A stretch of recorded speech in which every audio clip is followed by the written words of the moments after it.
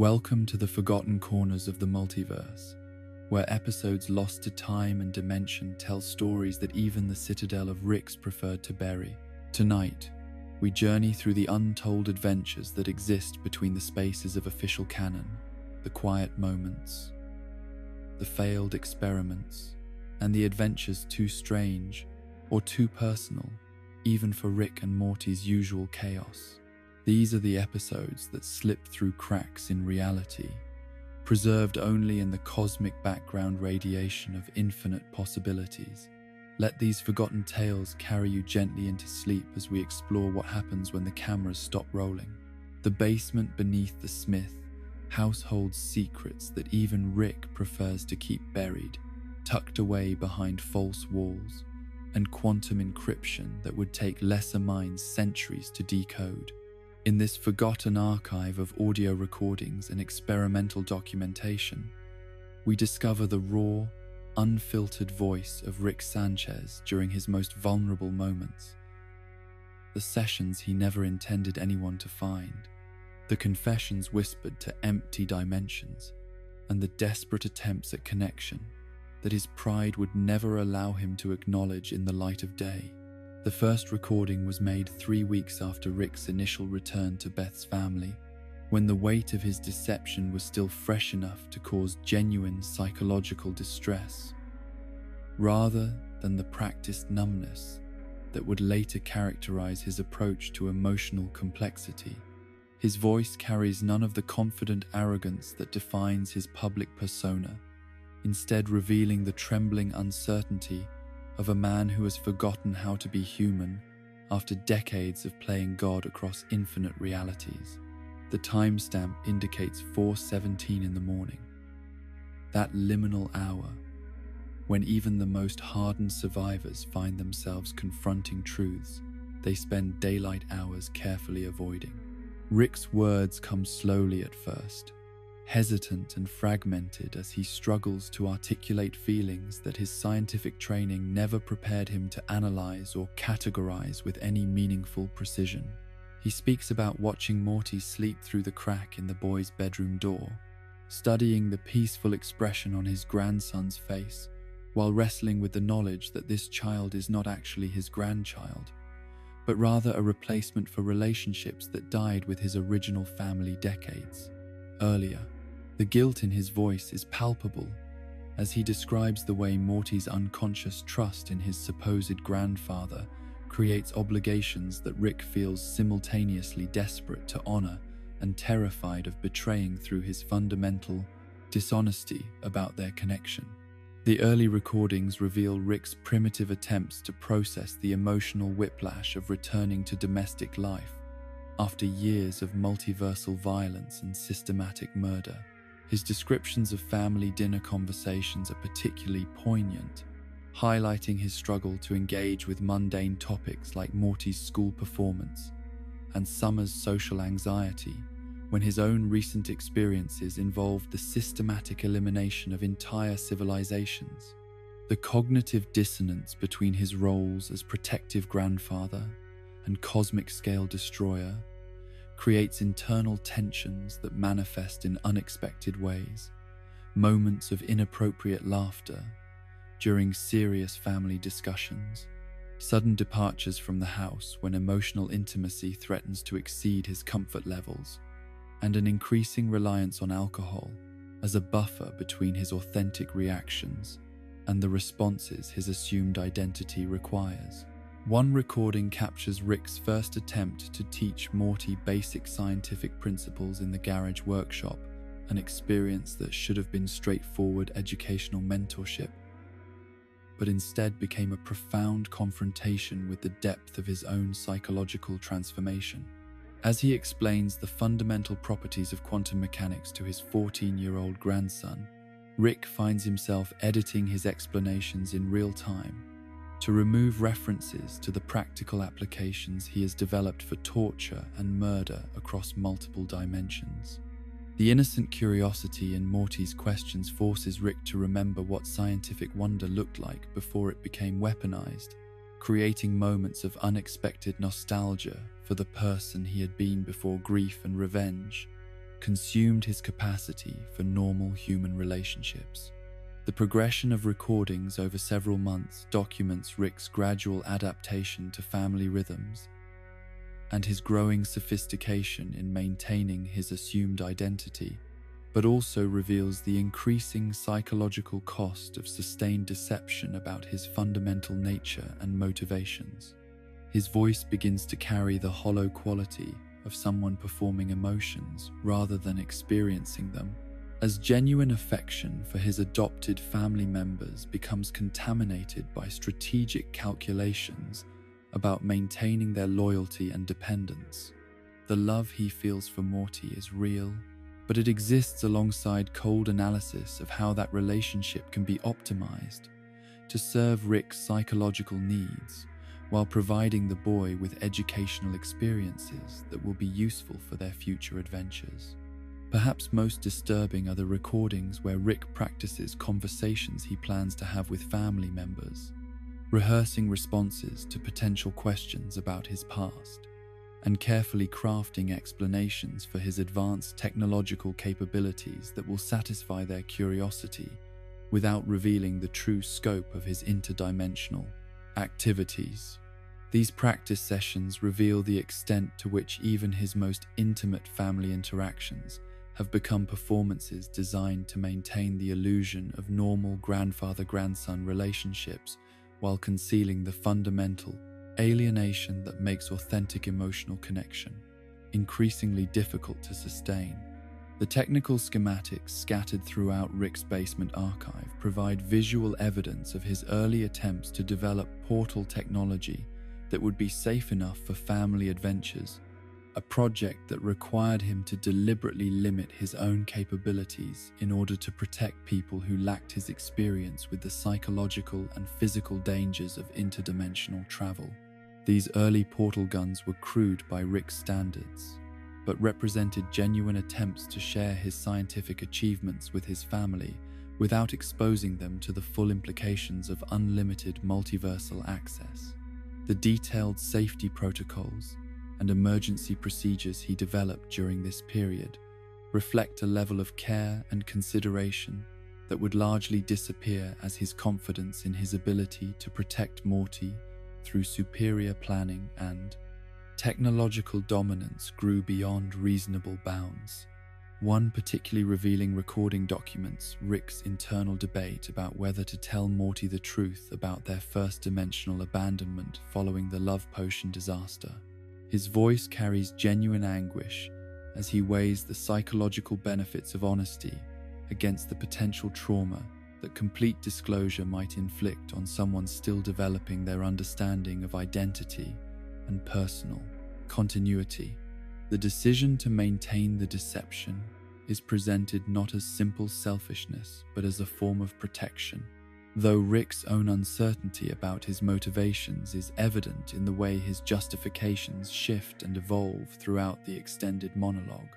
The basement archive also contains Rick's early attempts to document the differences between his original family and their dimensional replacements, observations that begin as scientific curiosity but gradually become exercises in mourning that allow him to process his continuing grief for Diane and Beth while building authentic relationships with their alternate versions. His detailed notes about Beth's mannerisms, Jerry's speech patterns, and the children's developing personalities reveal both his analytical approach to human behavior and his desperate need to find connections between his lost past and his uncertain present. The project ultimately fails as the distinctions become too painful to maintain, but the attempt provides insight into Rick's struggle to honor his original family's memory while investing emotionally in their replacements. The recordings from Rick's lowest emotional periods during this early adjustment phase reveal his contemplation of various forms of self-destruction that would eliminate his suffering without directly harming his adopted family. His discussions of potential suicide methods are conducted with the same clinical detachment he brings to solving technical problems, but the underlying pain is unmistakable as he describes the exhaustion of maintaining his assumed identity while carrying the weight of memories that no amount of alcohol or scientific distraction can permanently suppress. The decision to continue living is presented not as triumph over despair, but as recognition that his family's welfare has become dependent on his continued presence and protection, creating obligations that supersede his personal preferences about continued existence. One of the most emotionally complex recordings captures Rick's reaction to Morty's first expression of genuine affection for his grandfather, a moment of innocent gratitude for help, with a school project that triggers unexpected emotional responses that Rick struggles to categorize or understand. The boy's unconscious trust and developing attachment create feelings of protective love that are simultaneously genuine and guilt-inducing, as Rick recognizes that Morty's emotions are based on incomplete information about their actual relationship and Rick's true motivations for maintaining their connection. The recording documents Rick's first experience of love that is both authentic and corrupted by deception, establishing patterns that will characterize their relationship throughout the years that follow. The technical failures documented in Rick's early experimental logs reveal his initial unfamiliarity with the specific physics of his replacement dimension, subtle differences that require him to recalibrate his equipment and adjust his theoretical frameworks in ways that provide unwelcome reminders of his displacement from his original reality. These calibration problems create practical obstacles to his work, but also serve as constant evidence that he is living in a dimension that is not actually his home,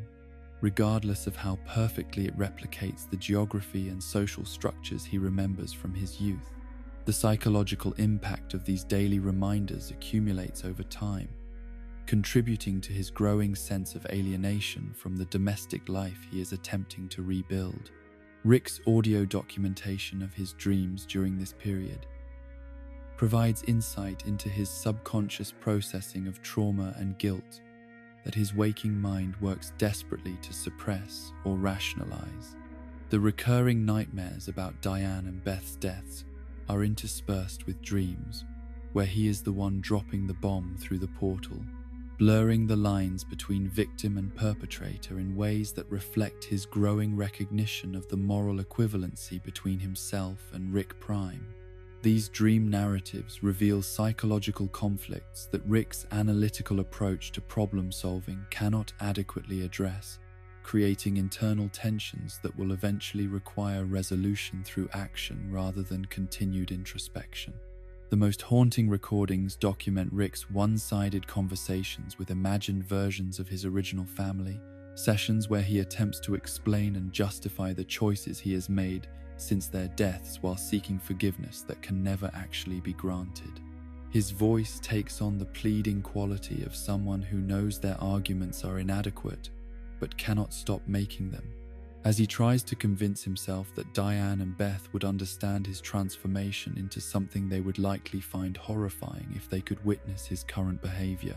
These conversations reveal the fundamental impossibility of redemption for crimes committed against people who cannot offer absolution, creating psychological loops that trap Rick in cycles of guilt and rationalization that no amount of technical achievement can break.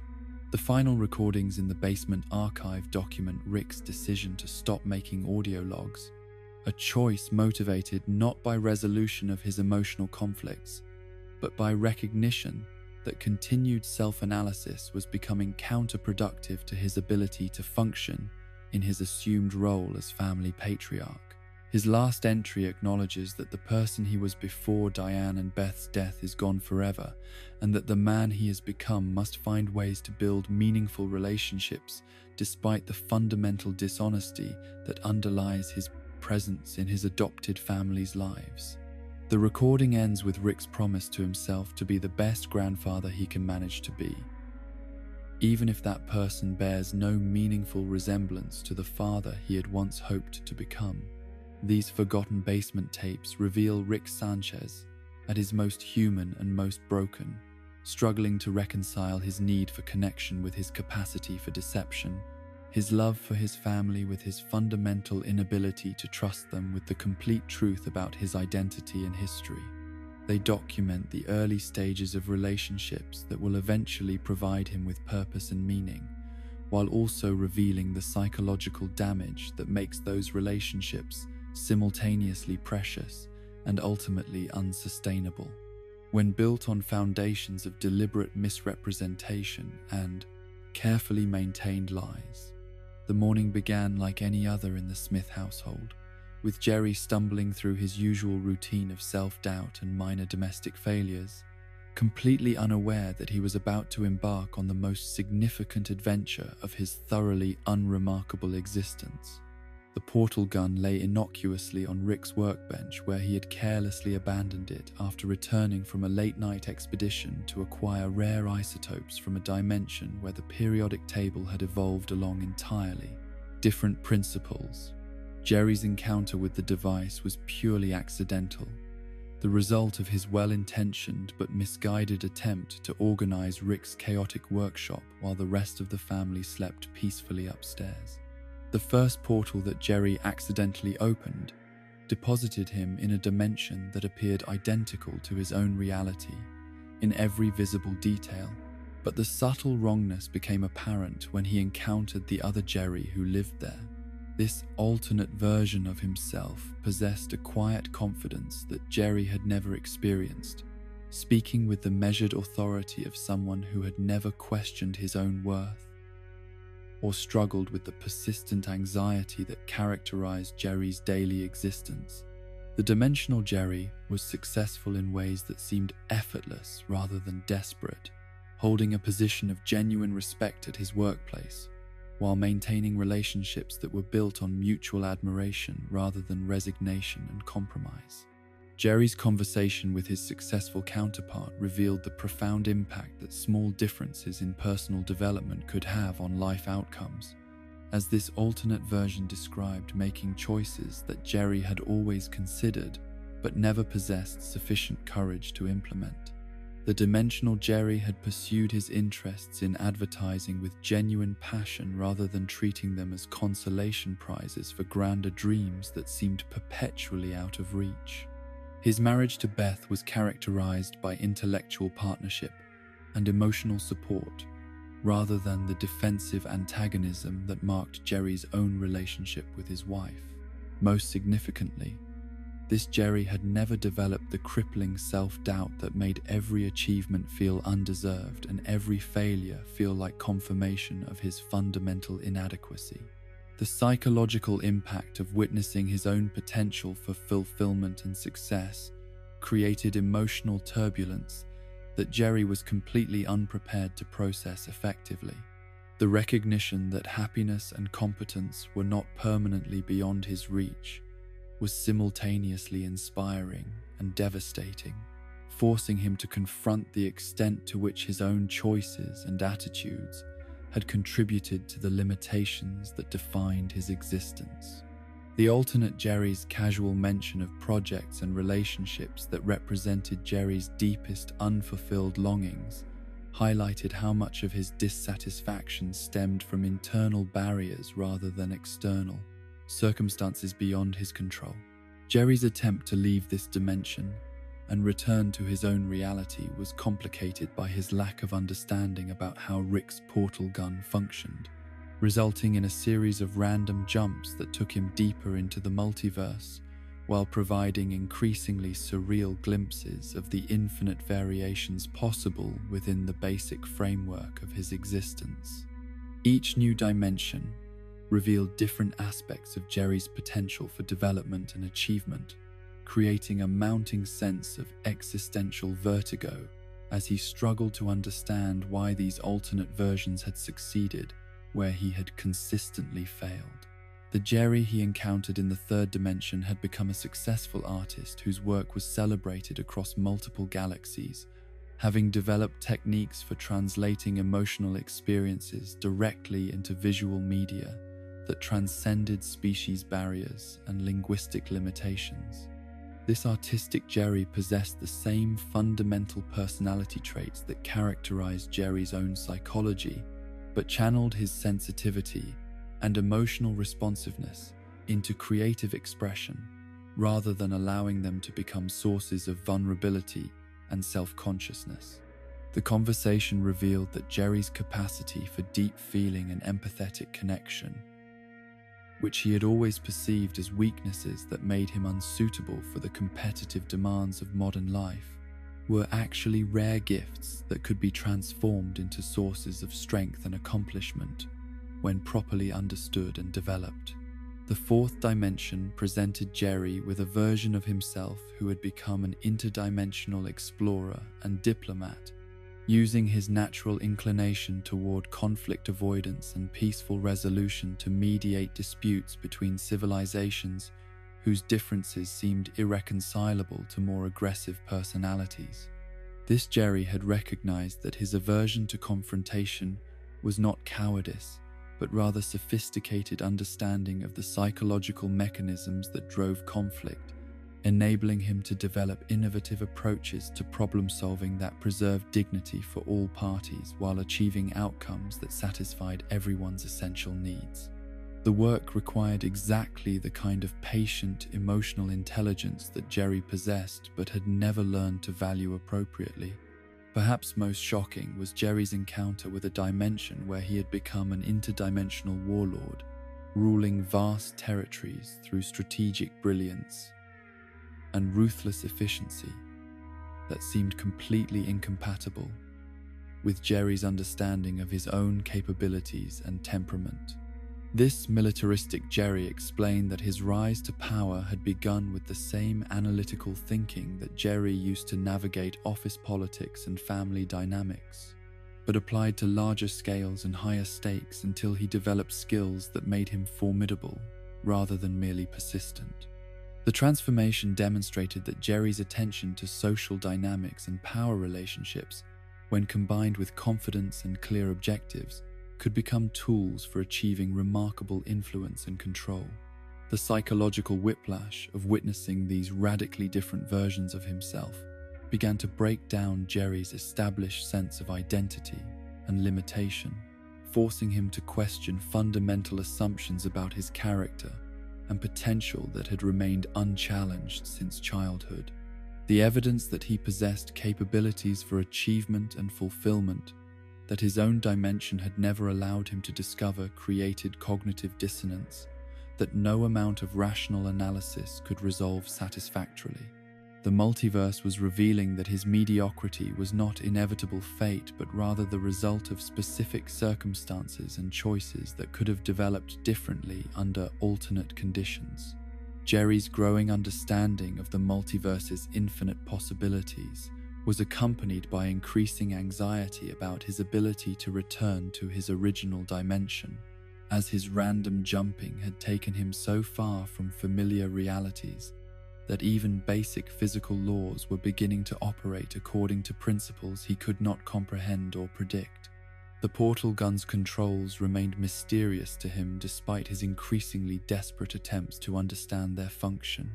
and each new dimension seemed to take him further from the comfortable limitations of his normal existence, while forcing him to confront questions about identity and meaning that he had spent his entire adult life carefully avoiding. The Jerry he encountered in what he hoped might be his 7th or 8th dimensional jump had achieved a form of enlightenment that transcended individual achievement or failure, having developed philosophical frameworks that enabled him to find peace and purpose regardless of external circumstances or comparative success. This contemplative Jerry spoke about the futility of measuring personal worth through conventional markers of accomplishment, describing instead a form of self-acceptance that was based on understanding rather than achievement. His tranquil confidence suggested that Jerry's persistent dissatisfaction with his life might be addressing the wrong questions entirely, focusing on external validation rather than internal development of wisdom and emotional stability. But it was Jerry's encounter with the dimension where he had never met Beth that provided the most profound challenge to his understanding of himself and his relationships. This unmarried Jerry had developed into someone completely different, lacking the defensive mechanisms and persistent anxiety that characterized Jerry's personality in realities where his inadequacies were constantly highlighted through comparison with Rick's exceptional capabilities and Beth's inherited intelligence. Without the pressure of trying to maintain relationships with people whose abilities exceeded his own, this Jerry had grown into someone genuinely confident and capable, suggesting that Jerry's problems might be less about his inherent limitations and more about the psychological environment that had shaped his development. The revelation that his marriage to Beth, which he had always considered the greatest achievement and defining relationship of his life, might actually be contributing to his sense of inadequacy and failure created emotional crisis that threatened to undermine Jerry's entire understanding of his identity and priorities. The evidence that he could be happier and more successful without the relationships that he valued most highly forced him to confront questions about love, compatibility, and personal growth that had no simple or comfortable answers. The married Jerry who loved his family and the unmarried Jerry who had achieved genuine self-actualization seemed to represent mutually exclusive possibilities for his future development. Jerry's attempt to process these philosophical revelations while simultaneously trying to understand and operate Rick's portal gun created mounting desperation as he began to grasp the magnitude of the multiverse and his own insignificance within its infinite expanse. The casual way that alternate versions of himself described achieving goals that seemed impossible from his perspective highlighted how much of his limitation was self-imposed rather than objectively determined. But this recognition came with the disturbing awareness that changing his fundamental approach to life would require abandoning core aspects of his personality that he had always considered essential to his identity. The breakthrough that eventually enabled Jerry to return to his original dimension came not through technical understanding of the portal gun's operation, but through intuitive recognition that his desperate desire to escape the Kaim-Sum-Sieve multiverse and return to familiar limitations was itself a form of guidance that could be trusted despite his lack of scientific knowledge. His emotional attachment to his specific version of reality, with all its disappointments and frustrations, provided navigational principles that transcended logical analysis and enabled him to distinguish his home dimension from the countless alternatives that seemed superficially identical but lacked the particular combination of relationships and experiences that had shaped his development. The return journey required Jerry to pass through several of the dimensions he had previously visited, providing him with opportunities to observe how his brief presence had affected the alternate versions of himself, who had shared their insights and perspectives with someone whose existence they would likely never remember or acknowledge. The ripple effects of his interdimensional tourism were subtle but real, as his questions and reactions had introduced new ideas and possibilities into realities where they might influence future development in ways that Jerry could neither predict nor control. Jerry's final return to his original dimension was marked by profound ambivalence about the knowledge he had gained and its implications for his continued existence within familiar but limiting circumstances. The awareness that happiness and fulfillment were theoretically possible for someone with his basic characteristics and capabilities made his acceptance of mediocrity more difficult to sustain, while the recognition that achieving such possibilities would require fundamental changes to his personality and relationships created anxiety about the potential costs of personal growth and development. The Rick who eventually discovered Jerry's unauthorized use of the portal gun was surprisingly restrained in his response, perhaps recognizing that Jerry's accidental journey had provided him with experiences and perspectives that might actually make him more psychologically stable and less prone to the emotional volatility that had previously made him a source of family tension. Rick's brief analysis of Jerry's interdimensional residue revealed the scope of his travels, while also confirming that he had somehow managed to navigate the multiverse successfully despite his complete lack of scientific training or understanding of the technological principles involved. Jerry's decision to keep the details of his adventure private reflected his recognition that the other family members would likely dismiss his experiences as fantasy or delusion, but also his awareness that the knowledge he had gained was too complex and personal to be shared effectively through simple description. The insights about his own potential and the nature of identity across infinite realities had become part of his internal landscape in ways that would influence his future choices and attitudes without requiring external validation or acknowledgement from people who had not shared similar experiences. The subtle changes in Jerry's behavior following his return were noted by other family members as improvements in his confidence and emotional stability, though none of them suspected that these developments resulted from his brief exposure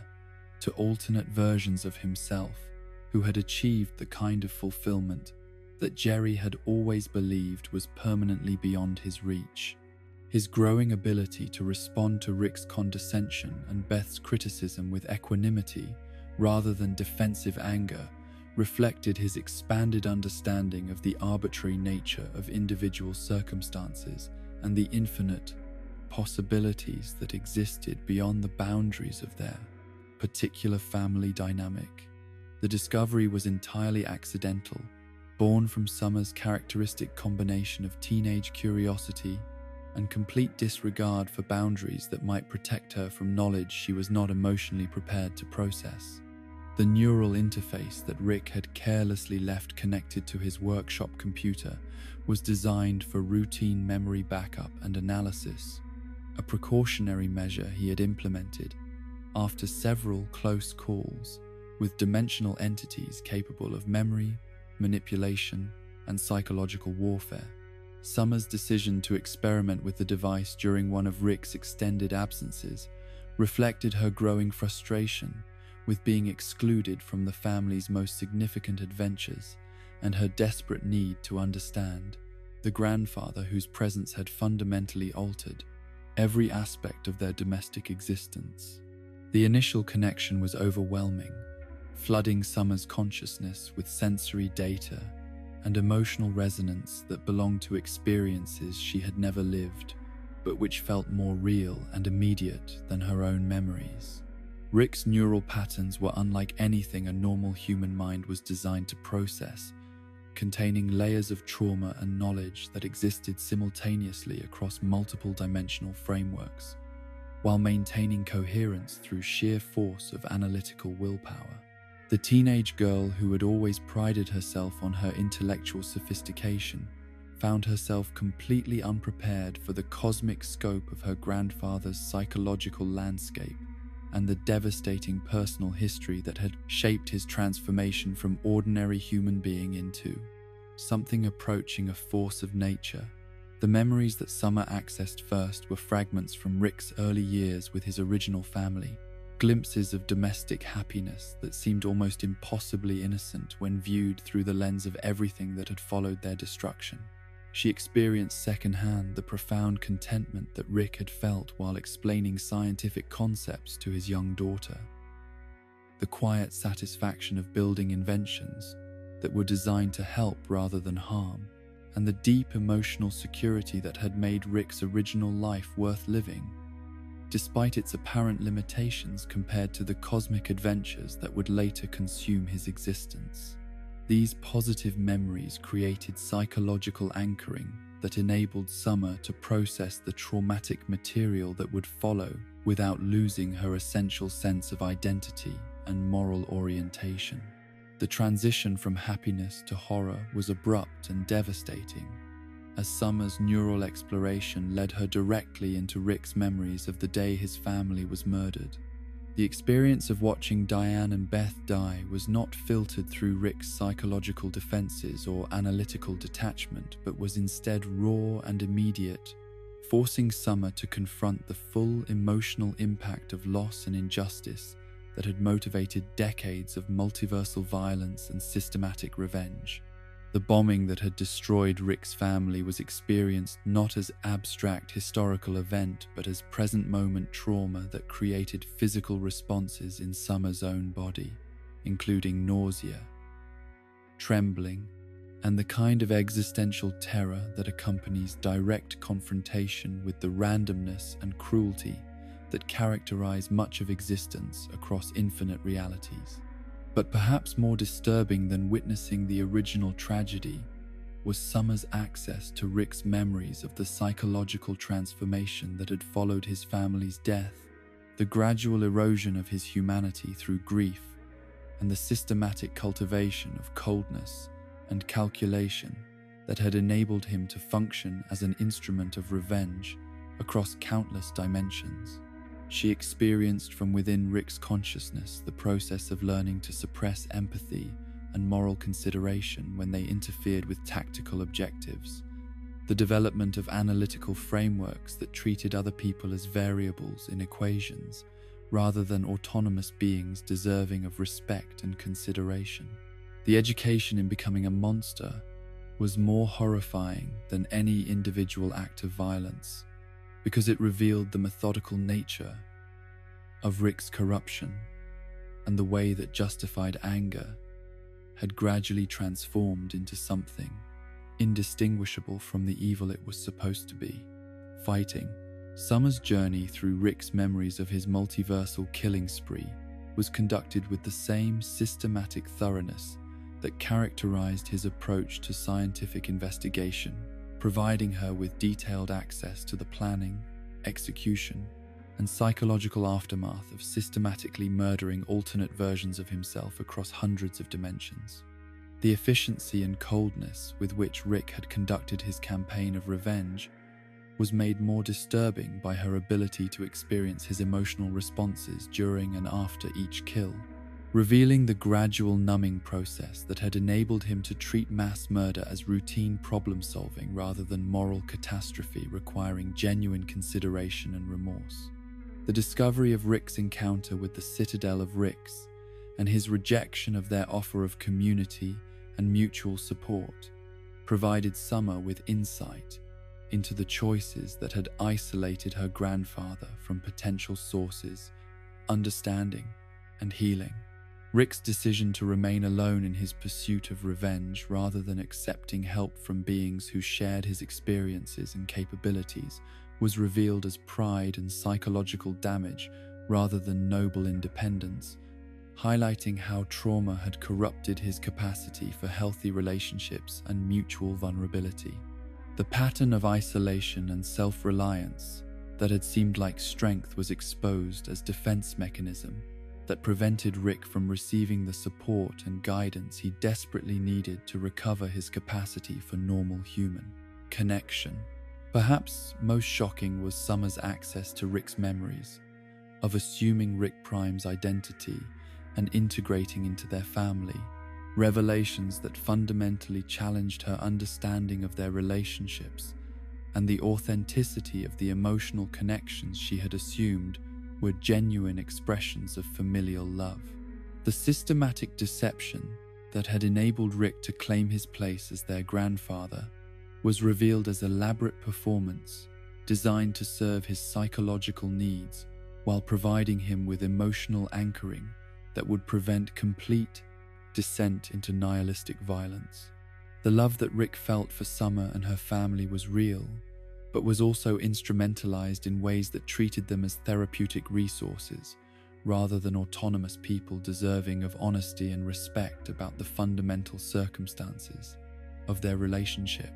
Summer's emotional response to learning that Rick was not actually her grandfather created identity crisis that extended beyond simple questions about family relationships to encompass fundamental concerns about the authenticity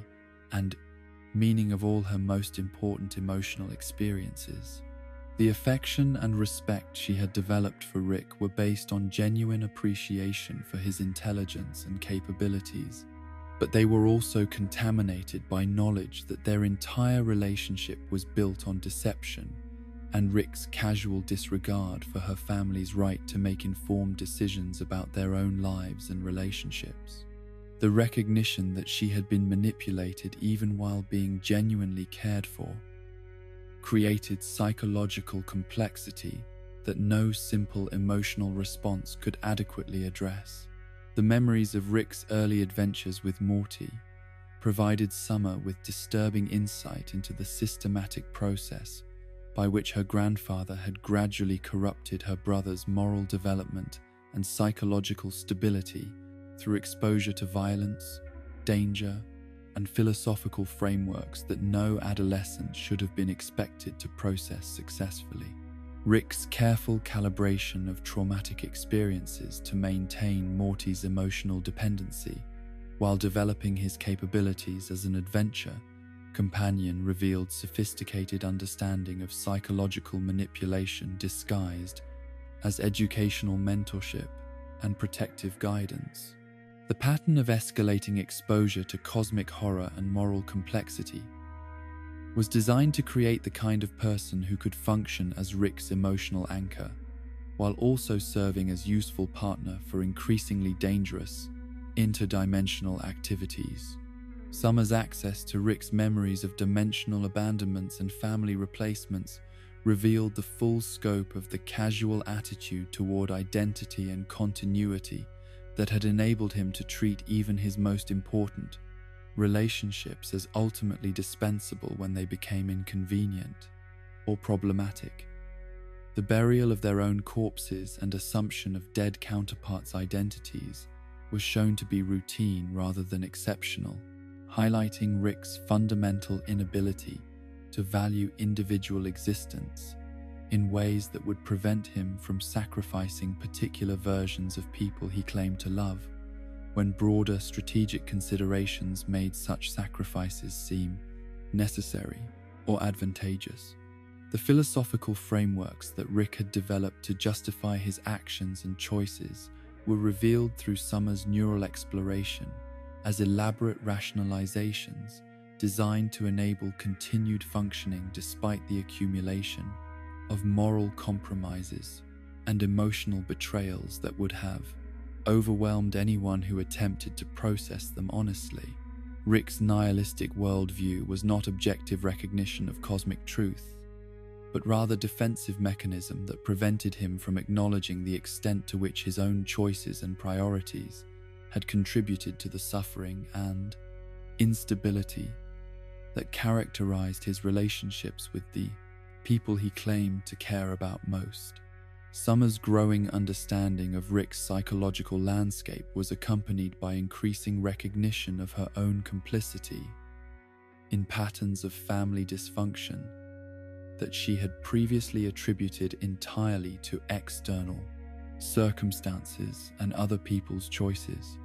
Her own tendency towards cynicism and emotional detachment was revealed as inheritance from Rick's influence rather than natural development of mature perspective, suggesting that her grandfather's corruption of her brother's moral development had been paralleled by subtler but equally significant damage to her own capacity for genuine emotional connection and ethical reasoning. The most disturbing aspect of Summer's journey through Rick's memories was her discovery of his detailed psychological profiles of each family member and his strategic plans for managing their emotional development and relationship dynamics according to his preferences and needs, rather than their autonomous choices about their own lives and priorities. Rick's manipulation of their family relationships was shown to be systematic rather than opportunistic, based on sophisticated understanding of their individual vulnerabilities and desires that enabled him to create conditions that would maintain their loyalty and dependence while preventing them from developing the kind of independence that might threaten his control over family decision-making processes. Summer's decision to disconnect from Rick's neural interface and return to normal consciousness was motivated not by completion of her exploration but by recognition that continued exposure to his memories and psychological patterns was beginning to affect her own moral reasoning and emotional responses in ways that threatened her essential sense of identity and values.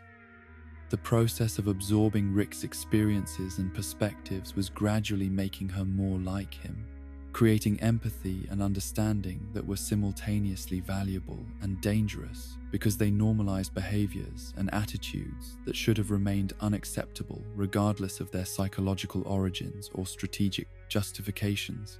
The week that followed Summer's neural exploration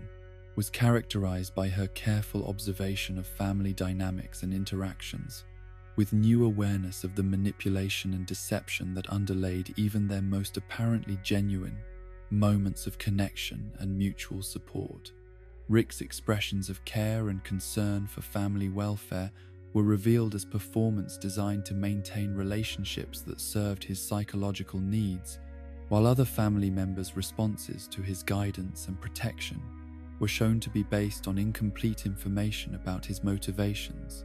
and the true nature of their relationships with him. Summer's growing burden of knowledge about Rick's history and psychology created isolation that paralleled Rick's own alienation from normal human relationships, as her awareness of the deception and manipulation that characterized their family dynamics made it increasingly difficult for her to participate authentically in conversations and activities that she now understood to be elaborate performances rather than genuine expressions of familial love and mutual support.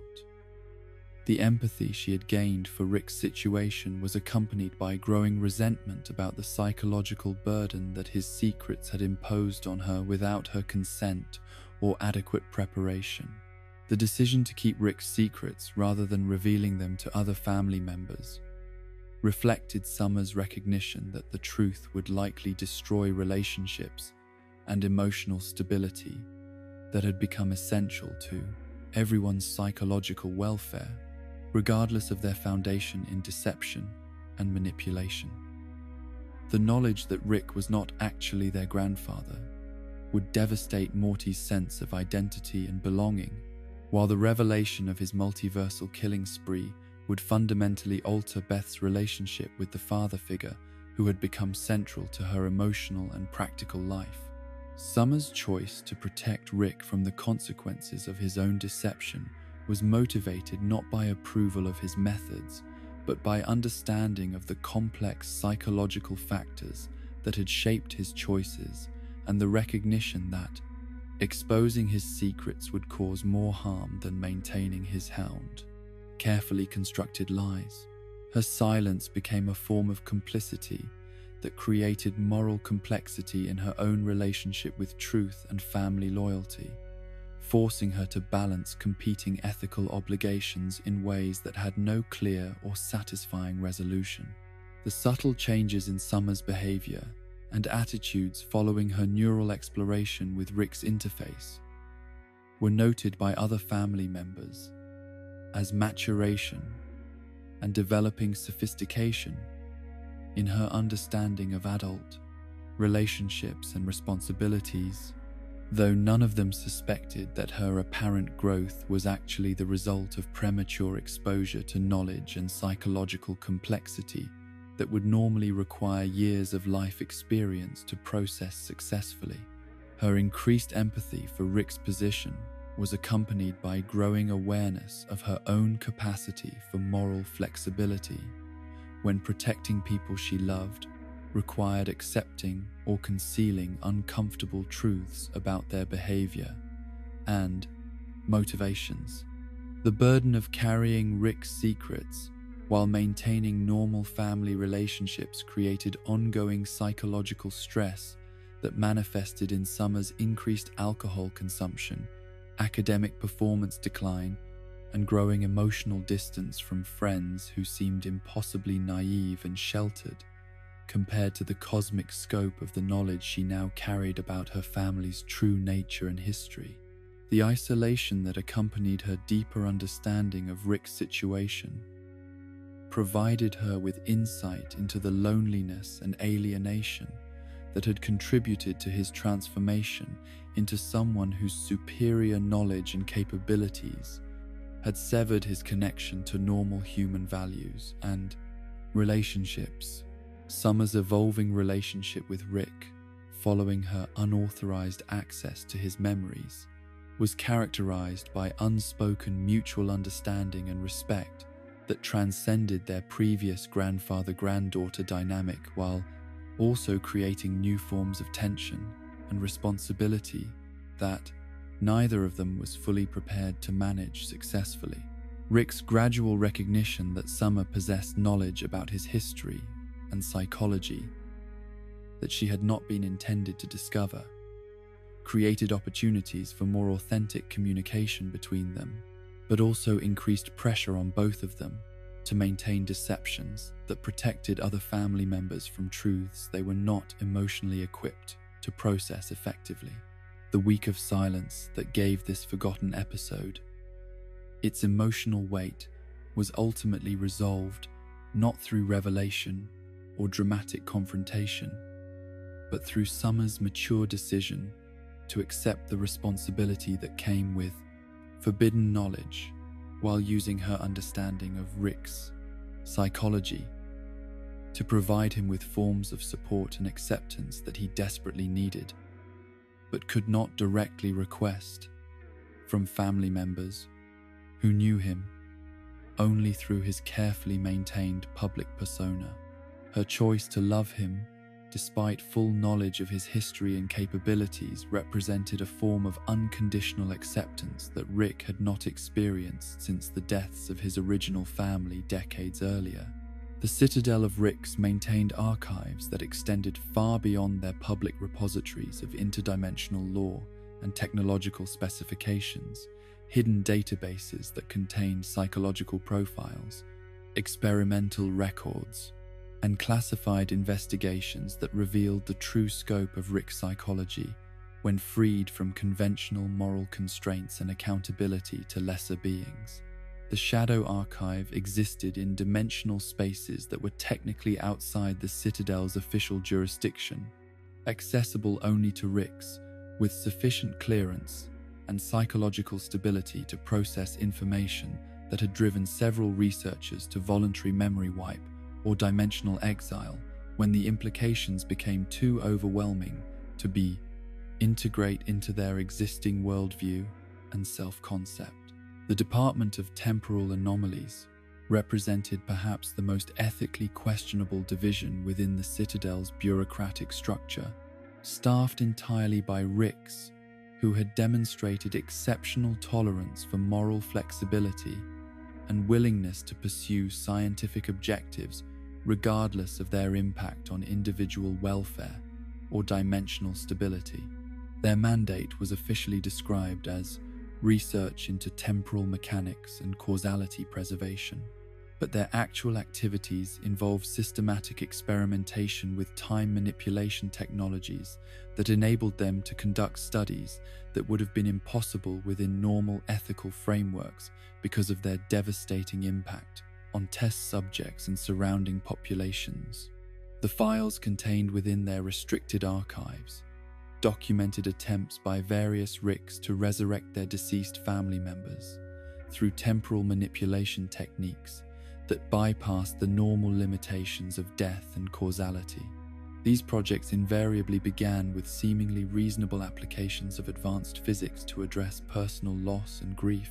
but quickly evolved into elaborate schemes that required the systematic sacrifice of alternate timeline versions of their families to provide the raw material for reconstruction attempts. The casual way these experimental protocols described the harvesting and processing of consciousness from living beings who happened to exist in temporally adjacent realities revealed how completely the researchers had abandoned normal, human moral categories in pursuit of scientific objectives that served their personal psychological needs. One particularly detailed case study followed Rick designation J19 Zeta 7 through his systematic attempts to resurrect his original Beth by collecting fragments of consciousness from dying versions of his daughter across multiple timelines and combining them into a single, coherent personality matrix. The process required him to identify dimensions where his daughter was dying from various causes, extract her neural patterns during the final moments of consciousness, and integrate these death state memories into an artificial construct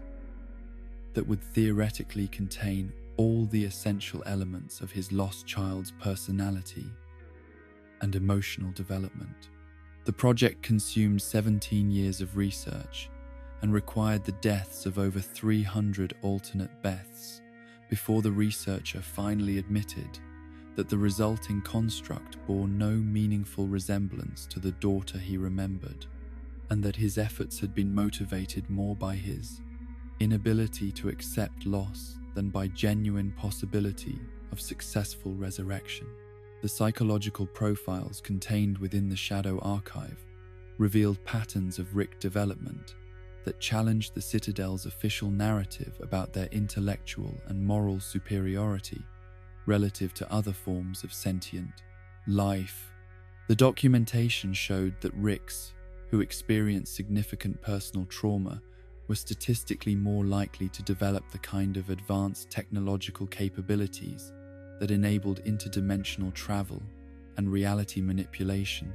but were also more likely to experience complete psychological breakdown when exposed to the infinite scope of their own potential for both creation and destruction. The correlation between genius and trauma was not accidental, but seemed to be necessary condition for transcending normal human limitations, suggesting that the very capabilities that made Ricks godlike also ensured that they would never be able to find peace or satisfaction through normal human relationships and achievements. The secret committee for Rick C137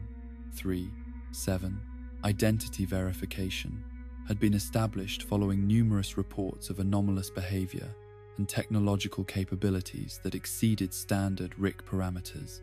but their investigation had uncovered evidence of systematic deception and identity falsification that threatened the fundamental assumptions underlying Citadel governance and social organization. The committee's classified findings revealed that Rick C137's claimed history of dimensional abandonment and family replacement was only partially accurate, and that his true origins involved levels of multiversal violence and systematic murder that had been deliberately concealed from Citadel authorities to avoid triggering protocols designed to contain or eliminate Ricks who posed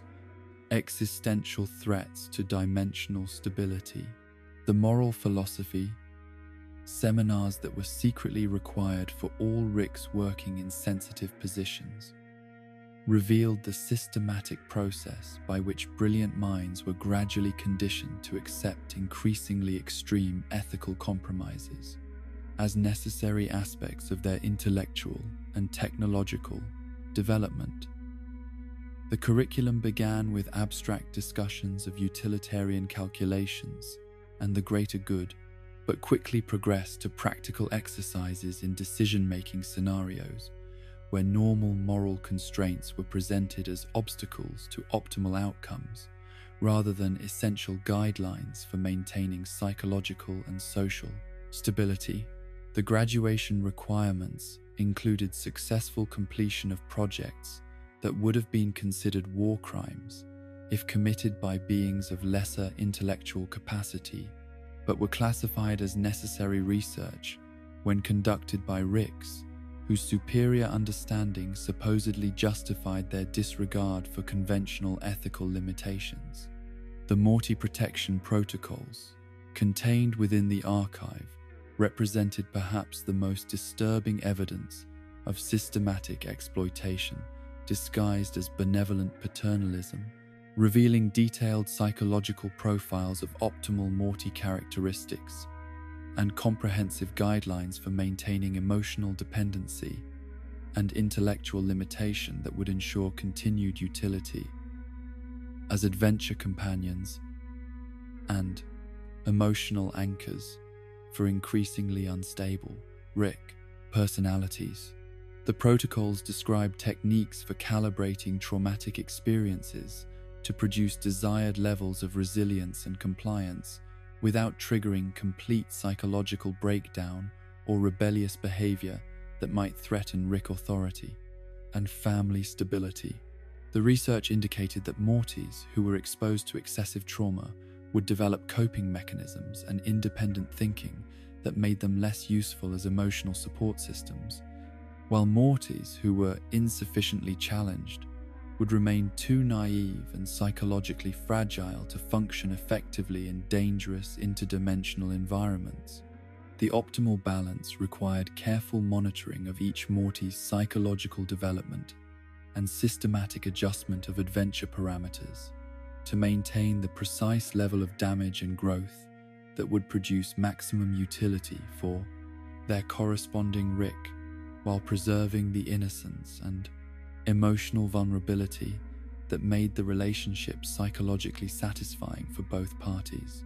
The archive contained extensive documentation of Morty behavioral analysis and personality modification techniques that had been developed through experimentation on captured alternate versions who were considered expendable resources for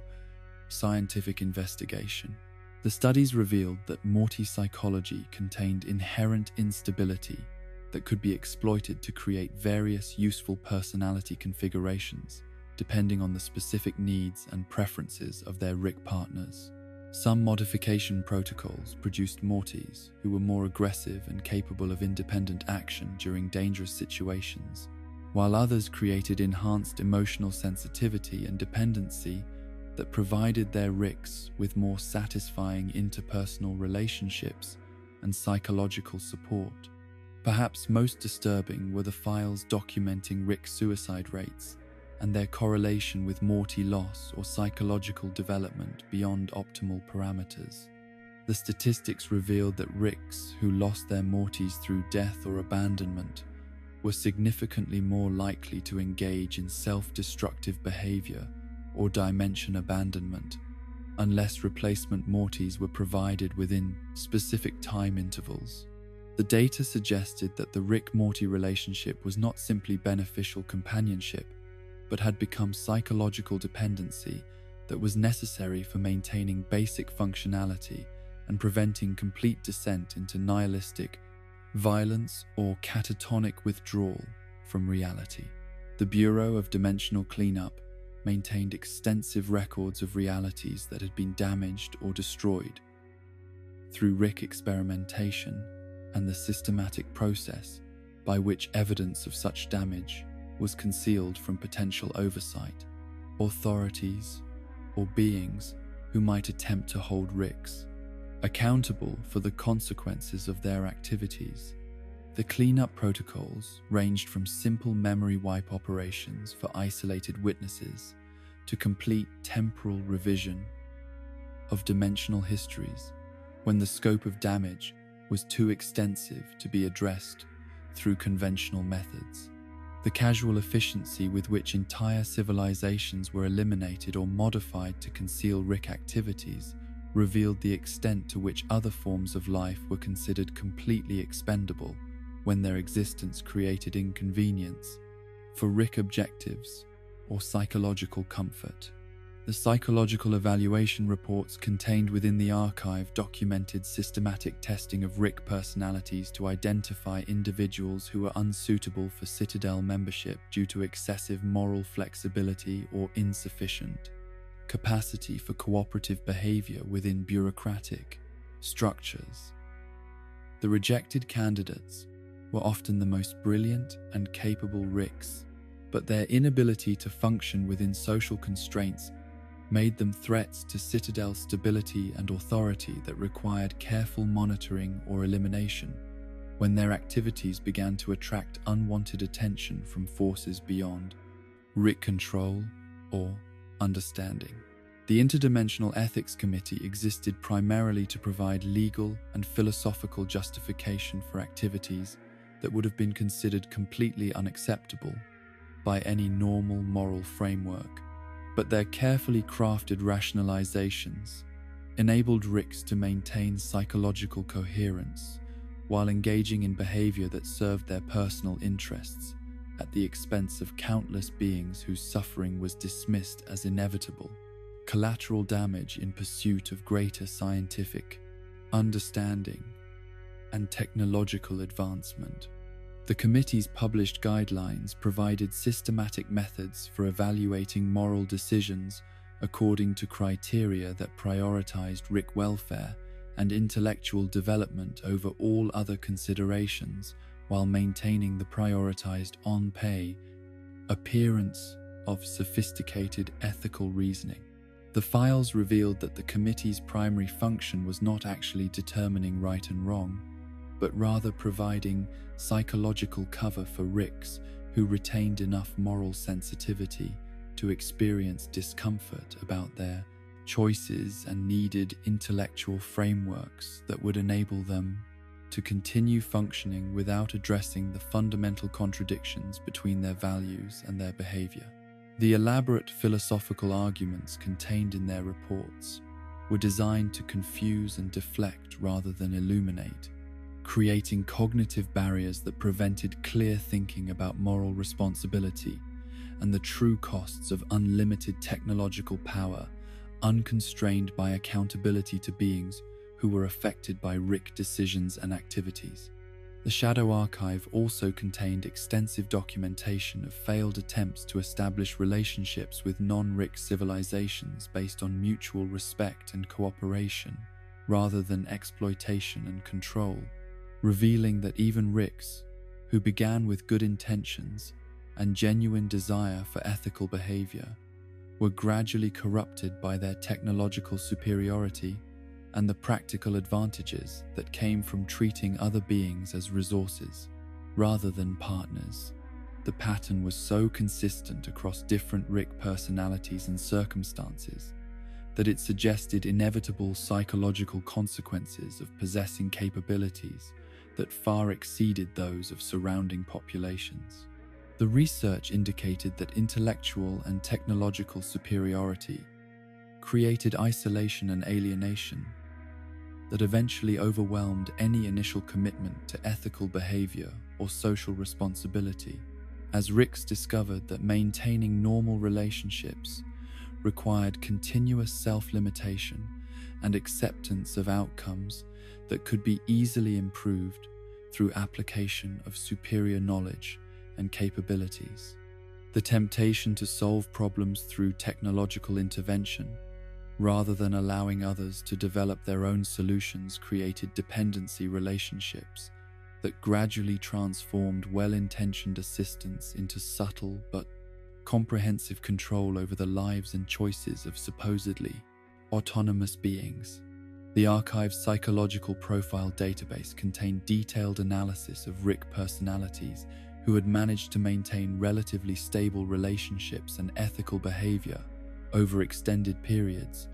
revealing that such success required either systematic self-deception about the nature of their activities and relationships, or carefully maintained ignorance about the full scope of their capabilities and their implications for normal social interaction. The Ricks who functioned most successfully within family and community contexts were those who had developed sophisticated methods for compartmentalizing their knowledge and restricting their use of advanced technologies to situations where their intervention would not fundamentally alter the balance of power and autonomy within their relationships. The final classification of documents within the Shadow Archive dealt with predictions and contingency plans for various scenarios involving Rick population collapse or systematic rebellion by non-Rick civilizations who had become aware of the extent to which their realities were being manipulated and controlled by beings whose motivations and objectives remained incomprehensible to normal moral reasoning. The models suggested that Rick civilization was inherently unstable, and would eventually face existential challenges that no amount of individual brilliance or technological superiority could adequately address through conventional, problem-solving approaches. The contingency planning revealed deep pessimism about Rick's capacity for genuine cooperation and mutual support when faced with threats that required collective, rather than individual responses, as their psychological development had systematically eliminated the emotional and social capabilities necessary for effective collaboration with beings of equal intelligence and capability. The isolation and alienation that enabled Ricks to function as individuals made them vulnerable to challenges that required community and shared sacrifice for successful resolution, creating weaknesses that could be exploited by sufficiently sophisticated opponents who understood Rick's psychology better than Ricks understood themselves. The Shadow Archive represented both the pinnacle of Rick's intellectual achievement and the documentation of their ultimate failure to transcend the limitations that their superior capabilities were supposed to overcome, revealing how infinite power and knowledge could become forms of imprisonment that prevented, rather than enabled, the kinds of meaningful relationships and genuine purpose that made existence worthwhile across any scale of reality or complexity of understanding. Dimension C137b exists as a monument to the profound impact that a single individual's presence or absence can have on the trajectory of entire families and the emotional landscapes that define domestic existence across infinite realities. In this particular version of the Smith household, Rick Sanchez never completed his return journey to his daughter's dimension, leaving behind a family structure that developed along entirely different psychological and practical pathways than the chaos-driven existence that characterized the dimension where his interdimensional adventures had fundamentally altered every aspect of their daily lives and long-term relationships. The Beth Smith of Dimension C137b had channeled her inherited intelligence and her unresolved feelings about paternal abandonment into a medical career that exceeded even her own ambitious expectations during her university years. Without Rick's disruptive presence to complicate her relationship with conventional achievement and social recognition, she had pursued her surgical training with single-minded dedication that transformed her natural capabilities into exceptional professional competence. Her reputation as a cardiac surgeon was built not just on technical skill but on the kind of emotional intelligence and patient care that reflected her deep understanding of loss and the importance of fighting to preserve what could be saved when confronted with circumstances beyond normal human control. The operating room had become Beth's sanctuary in ways that her father's garage workshop might have been if he had remained present during her formative years, to provide scientific mentorship and intellectual guidance.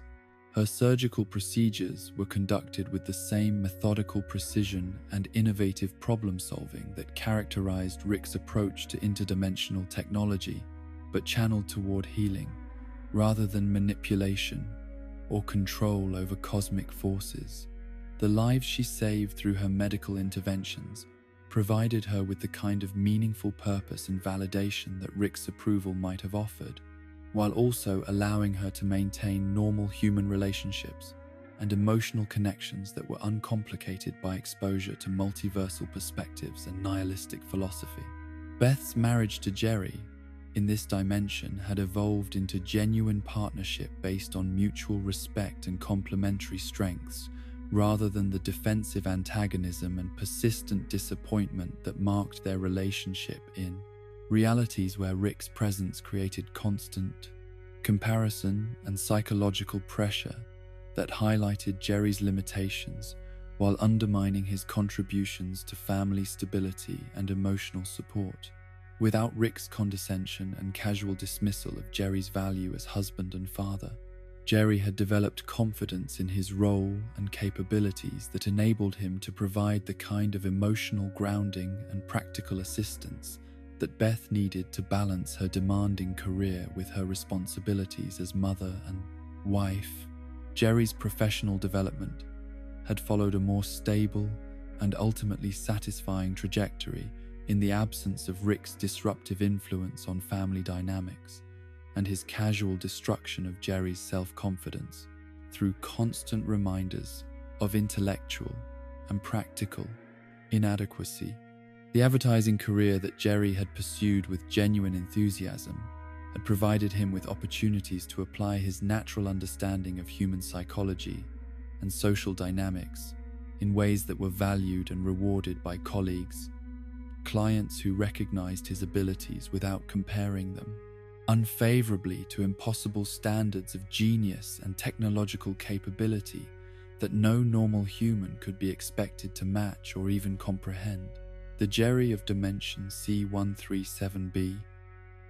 had grown into someone whose sensitivity and emotional intelligence were assets rather than liabilities,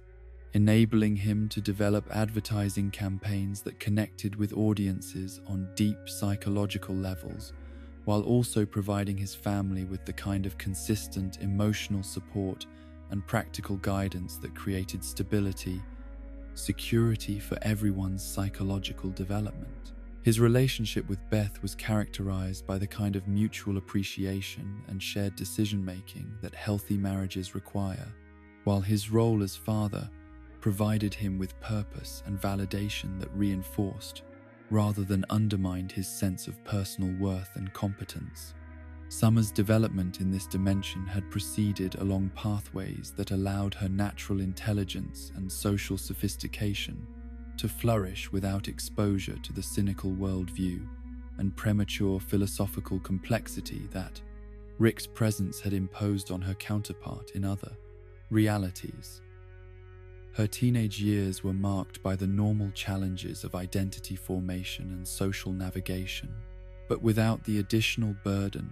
of processing cosmic horror and multiversal nihilism that had accelerated her psychological development while also distorting her understanding of meaning and relationships. The Summer of Dimension C137b retained optimism and emotional vulnerability that enabled her to form genuine friendships and romantic relationships based on mutual trust and shared experiences rather than defensive mechanisms, designed to protect her from the implications of infinite realities and casual violence. Her academic performance and extracurricular activities reflected engagement with immediate challenges and opportunities that provided appropriate developmental experiences for someone her age, rather than the advanced philosophical sophistication and emotional detachment that had been necessary survival mechanisms in dimensions where she was regularly exposed to existential threats and moral complexity that no adolescent should have been expected to process successfully. The relationships she formed with peers and adults were characterized by authenticity and reciprocal emotional investment, rather than the strategic calculation and emotional distance that had become necessary protective measures when living in proximity to someone whose cosmic perspective made normal human concerns seem trivial and meaningless. Morty's growth and development in the absence of Rick's influence represented perhaps the most dramatic difference between dimensions C137b and the realities where his grandfather's return had fundamentally altered his psychological development and life trajectory. Without exposure to interdimensional adventures and their accompanying trauma, Morty had developed into a confident and capable young man whose natural intelligence and emotional sensitivity had been nurtured through normal educational experiences and family relationships, rather than being simultaneously accelerated and damaged through premature confrontation with cosmic horror and moral ambiguity. The Morty of Dimension C137b was thriving academically and socially, in ways that demonstrated the potential that existed within his basic personality when it was allowed to develop without the distorting influence of his grandfather's nihilistic worldview and casual exposure to violence and philosophical complexity. His relationships with family members were characterized by the kind of mutual respect and emotional openness that healthy adolescent development requires, while his friendships and romantic interests reflected age-appropriate concerns and experiences that contributed to psychological growth rather than creating trauma that required sophisticated coping mechanisms and emotional detachment. His scientific interests had developed naturally through school programs and personal curiosity, rather than being forced through exposure to technologies and theories that far exceeded his emotional and intellectual readiness to process their implications successfully. The experiments he conducted in the family garage were educational and creative rather than dangerous, reflecting the kind of healthy intellectual development that Rick's original relationship with science had demonstrated before trauma and unlimited power had corrupted his motivations and methods. Morty's growing understanding of physics and engineering was accompanied by ethical frameworks and social responsibility that would enable him to use his capabilities for beneficial purposes rather than as tools for control and manipulation. The family dinners in Dimension C137b were characterized by genuine conversation and mutual interest in each other's daily experiences and long-term goals, rather than the tension and careful navigation around dangerous topics that marked mealtimes in realities, where Rick's presence created constant potential for conflict and psychological manipulation. The discussions they shared about work, school, and community activities reflected normal family engagement with immediate challenges and opportunities, while their planning for future events and relationships demonstrated confidence in continued stability and predictable development that was impossible when living with someone whose interdimensional activities could result in sudden, dimensional abandonment or existential crisis. The emotional climate of their home was marked by security and predictability that enabled all family members to pursue personal growth and meaningful relationships without the constant vigilance and defensive mechanisms that were necessary when living with someone whose superior capabilities and cosmic perspective made normal human concerns seem insignificant and ultimately meaningless. The love they shared was uncomplicated by knowledge of infinite alternatives and multiversal possibilities that could undermine the significance of their particular relationships and shared experiences. Their community involvement and social relationships extended naturally from their family stability rather than being limited by the need to conceal dangerous secrets or explain incomprehensible technological capabilities that could attract unwanted attention from authorities or individuals who might be threatened by evidence of advanced scientific knowledge. Their participation in neighborhood events, school activities, and professional organizations reflected genuine engagement with immediate social environments rather than the careful performance and strategic distance that characterized their counterparts' interactions in dimensions where Rick's presence created constant potential for exposure and conflict. The monthly family meetings where they discussed their missing father and grandfather represented the only shadow that fell across their otherwise stable and satisfying existence. But even these conversations were characterized by healthy emotional processing and mutual support rather than the trauma and dysfunction that marked their counterparts' attempts to understand and accommodate Rick's disruptive presence. Their memories of Rick were idealized but not obsessive, reflecting natural human tendency to remember absent loved ones fondly while adapting successfully to circumstances that could not be changed through longing or regret. Beth's occasional expressions of worry about her father's welfare and uncertainty about his reasons for remaining absent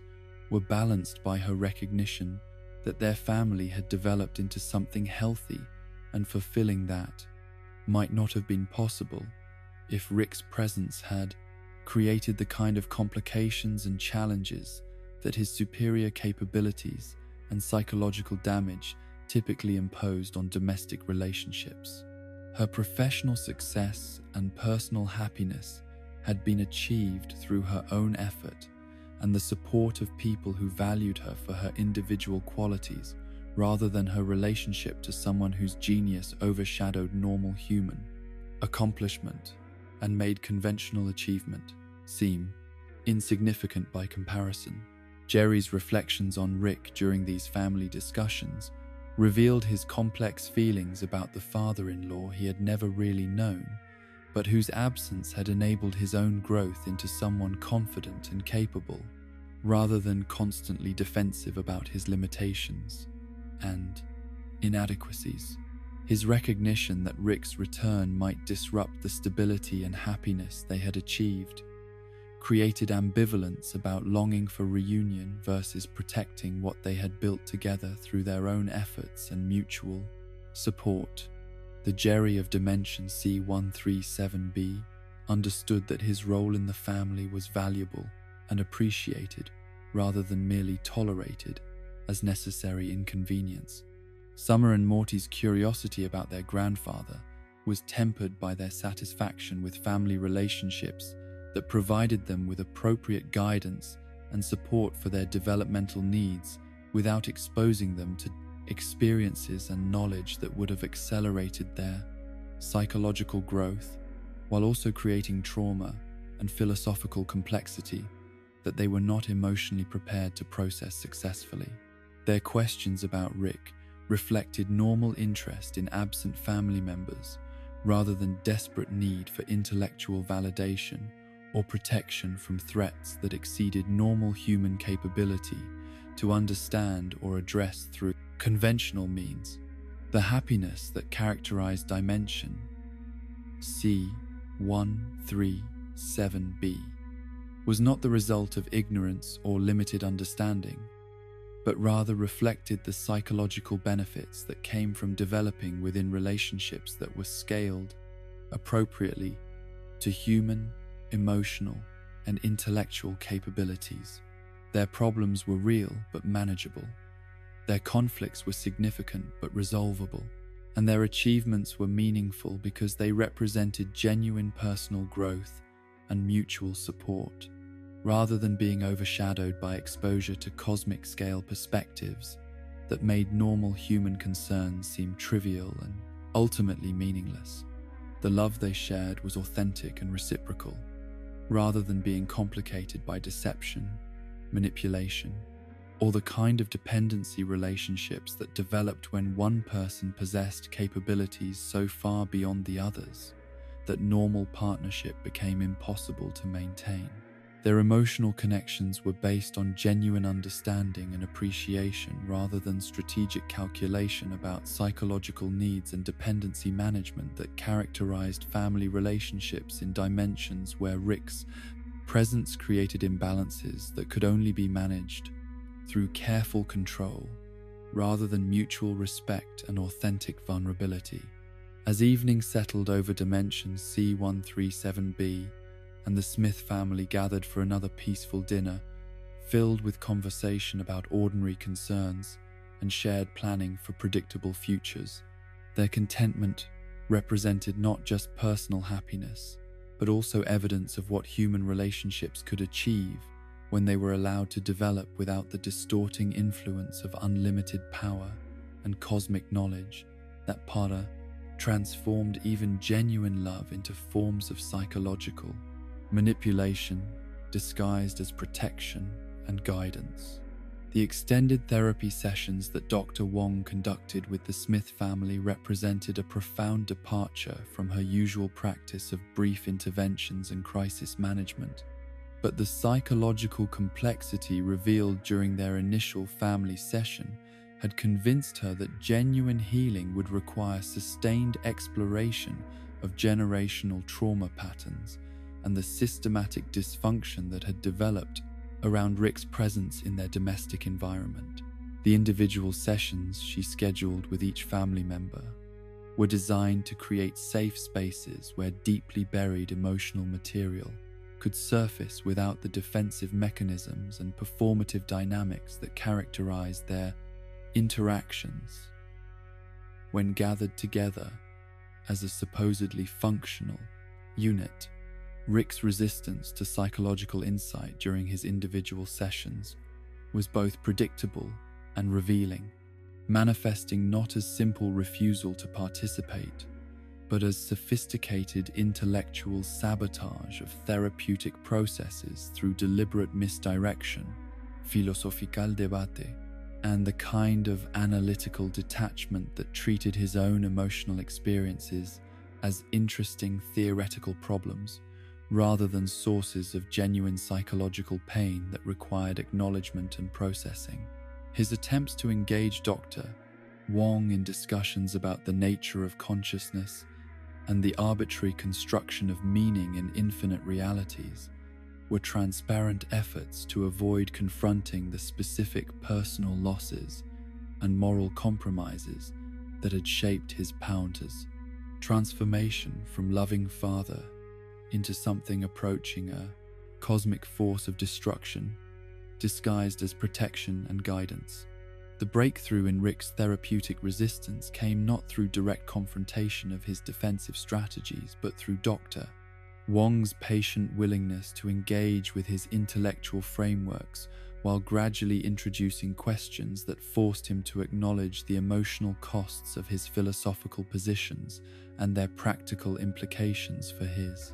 relationships with people he claimed to care about. Her recognition that Rick's nihilistic worldview was not objective truth but rather elaborate psychological defense mechanism enabled her to help him identify the specific traumatic experiences that had made such defenses seem necessary for basic psychological survival during periods when direct emotional engagement with loss and guilt would have been overwhelming. Rick's growing ability to discuss his original family without immediately deflecting into multiversal theory or cynical observations about the meaninglessness of individual relationships represented significant progress in his capacity for authentic emotional vulnerability, though the process remained painful and halting as he struggled to maintain psychological coherence while acknowledging feelings that his analytical training and years of cosmic perspective had taught him to dismiss as irrelevant sentiment. The grief he expressed for Diane and Beth was contaminated by guilt about his subsequent actions and choices, creating complex emotional material that required careful processing to prevent overwhelming psychological regression or defensive retreat into familiar patterns of detachment and control. Dr. Wong's exploration of Rick's relationship with his current family revealed the sophisticated psychological mechanisms he had developed to experience genuine affection while maintaining emotional distance that would prevent the famous kind of devastating loss he had experienced with his original wife and daughter. His love for Morty was real, but was also carefully constrained by his awareness that infinite alternatives existed across dimensional boundaries, making investment in any particular version of their relationship simultaneously meaningful and ultimately arbitrary from cosmic perspectives that Rick could not entirely abandon, despite their destructive impact on his capacity for normal human connection. Beth's individual therapy sessions uncovered generational trauma patterns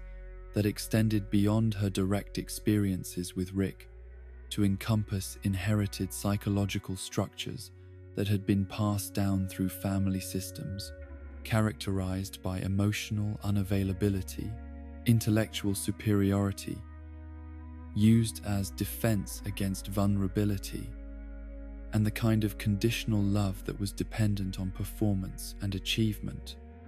rather than basic acceptance of individual worth and autonomy. Her professional success as a surgeon was revealed to be motivated not just by genuine desire to help patients, but also by desperate need for validation that had never been adequately provided during her childhood development, when her father's absence had created wounds that no amount of adult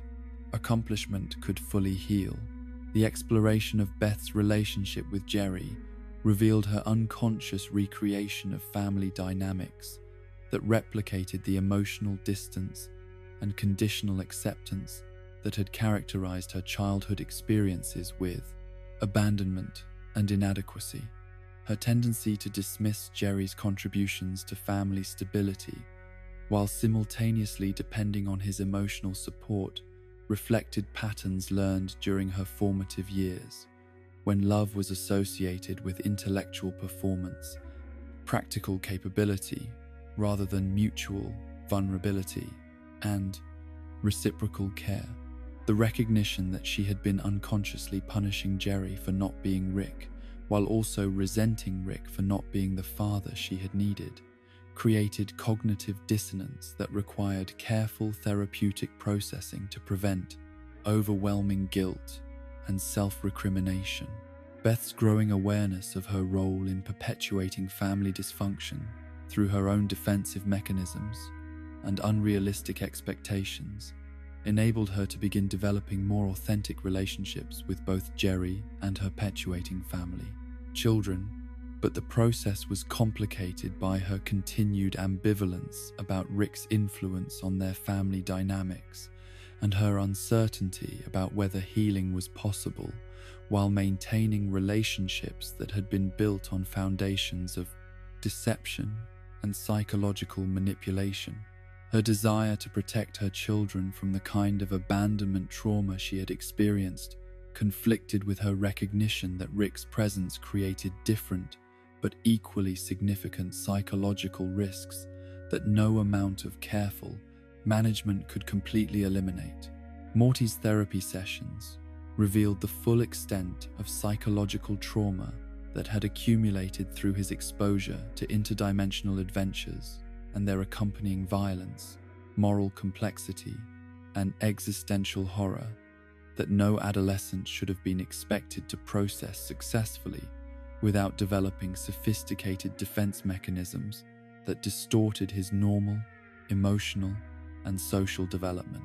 His casual acceptance of death and destruction as routine aspects of life reflected not natural resilience, but rather psychological numbing that had been necessary for survival in environments where normal human emotional responses would have been overwhelming and potentially dangerous to his continued functioning as Rick's adventure companion. The post-traumatic stress symptoms that Morty experienced were complicated by his genuine affection for Rick and his recognition that their adventures had also provided him with experiences and knowledge that had accelerated his intellectual development while expanding his understanding of cosmic scope and possibility beyond anything available through conventional educational or social experiences. His ambivalence about their relationship reflected the complex psychological reality of trauma bonding, combined with authentic emotional connection, creating therapeutic challenges that required careful attention to his autonomous development, rather than simply removing him from potentially harmful situations. Dr. Wong's exploration of Morty's identity development revealed concerning patterns of premature philosophical sophistication combined with emotional immaturity that suggested his psychological growth had been distorted by exposure to adult concerns and cosmic perspectives that had overwhelmed his normal developmental processes while providing him with intellectual frameworks that were inappropriate for someone his age. His growing cynicism about human nature and social institutions reflected internalization of Rick's worldview rather than natural development of mature perspective, creating identity confusion that required therapeutic intervention to prevent permanent psychological damage. Jerry's individual therapy sessions uncovered decades of accumulated shame and self-doubt that had been systematically reinforced through his relationships with family members who possessed superior intellectual capabilities while lacking the emotional intelligence necessary to recognize and value his contributions to their collective welfare and stability. His role as family scapegoat had been so thoroughly internalized that he had difficulty identifying his own legitimate needs and preferences when they conflicted with other people's expectations or convenience, creating patterns of self-sacrifice and resentment that poisoned his most important relationships while preventing him from developing authentic self-advocacy skills. The therapeutic exploration of Jerry's relationship with masculinity and social expectations revealed how his sensitivity and emotional intelligence had been consistently devalued in favor of intellectual performance and technological capability that were completely beyond his natural abilities and interests, forcing him to develop defensive strategies that protected his self-esteem while also preventing him from recognizing and building upon his actual strengths and capabilities. His growing ability to identify and articulate his own value within family dynamics represented significant progress toward developing the kind of self-confidence that would enable him to maintain healthy boundaries and mutual respect in his relationships. Jerry's revelations about his feelings of inadequacy and purposelessness were complicated by his genuine love for his family and his recognition that his presence in their lives had often been more burden than benefit, creating guilt and self-recrimination that required careful therapeutic attention to prevent spiral into depression and self-destructive behavior. His growing understanding of his role in family dysfunction was balanced by Dr. Wong's consistent validation of his efforts and her recognition of the impossible position he had been placed in by circumstances beyond his control or understanding. Summer's therapy sessions revealed her struggle with inherited nihilism and the philosophical frameworks she had absorbed from Rick's worldview, which provided her with intellectual sophistication that was inappropriate for her developmental stage, while undermining her capacity for hope and authentic emotional engagement with immediate relationships and future possibilities. Her premature exposure to cosmic perspectives and multiversal theory had created existential anxiety that interfered with normal adolescent development, while providing her with analytical tools that enabled her to recognize family dysfunction without having the emotional resources necessary to address or heal the underlying trauma patterns. The exploration of Summer's identity development revealed concerning signs of emotional detachment and strategic thinking about relationships that reflected internalization of Rick's approach to human connection rather than natural adolescent experimentation with intimacy and vulnerability. Her growing ability to manipulate family dynamics to achieve desired outcomes demonstrated intellectual capability that was simultaneously impressive and troubling, suggesting that she was developing psychological patterns that would interfere with her ability to form genuine partnerships and mutual relationships as she matured into adulthood. Dr. Wong's work with Summer focused on helping her distinguish between intellectual understanding and emotional processing, recognizing that her analytical capabilities had been developed as protection against feelings that seemed overwhelming or dangerous, rather than as natural expression of her cognitive abilities and interests. Her growing capacity to experience and express age-appropriate emotions without immediately analyzing and dismissing them represented significant progress towards psychological integration that would enable her to maintain her intellectual gifts while also developing the emotional intelligence necessary for healthy relationships and personal satisfaction. The family sessions that followed the individual therapeutic work revealed both progress and persistent challenges as each member attempted to implement new patterns of communication and emotional engagement while managing the anxiety, uncertainty that accompanied fundamental changes in long-established relationship dynamics. Rick's increased willingness to acknowledge his impact on family welfare was accompanied by continued resistance to accepting responsibility for choices and behaviors that had created trauma and dysfunction, while other family members struggled to balance forgiveness with appropriate boundaries and self-protection. The slow, messy work of healing a fractured family required sustained commitment from all participants and careful attention to power dynamics that had enabled abuse and manipulation to continue unchecked for years, but also revealed the genuine love and mutual concern that had survived despite systematic undermining through deception, emotional manipulation, and the kind of casual violence that had become normalized within their domestic environment. Dr. Wong's recognition that healing was possible but would require fundamental changes in how they understood and practiced family relationships provided hope while also acknowledging the magnitude of work that remained to be accomplished. The therapeutic process revealed that Rick's superior intelligence and technological capabilities, while genuine assets in many contexts, had become obstacles to healthy family functioning because they created power imbalances that made reciprocal relationships impossible to maintain without his deliberate self-limitation and acceptance of vulnerability that his psychological damage had taught him to avoid at all costs. The path forward required not just individual healing, but also structural changes in how decisions were made and conflicts were resolved within their family system, ensuring that everyone's needs and perspectives were valued, regardless of their intellectual capabilities or practical contributions to family welfare and security. The night Morty didn't come home began like countless others in the Smith household, with the familiar rhythms of dinner preparation, homework completion, and the gradual settling into evening routines that had become so predictable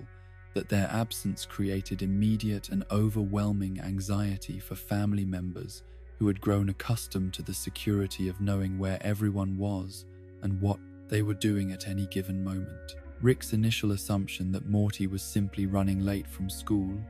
or had stopped at a friend's house reflected his characteristic dismissal of ordinary parental concerns, but as the hours stretched past reasonable explanations and into genuine cause for worry, his casual indifference transformed into something approaching panic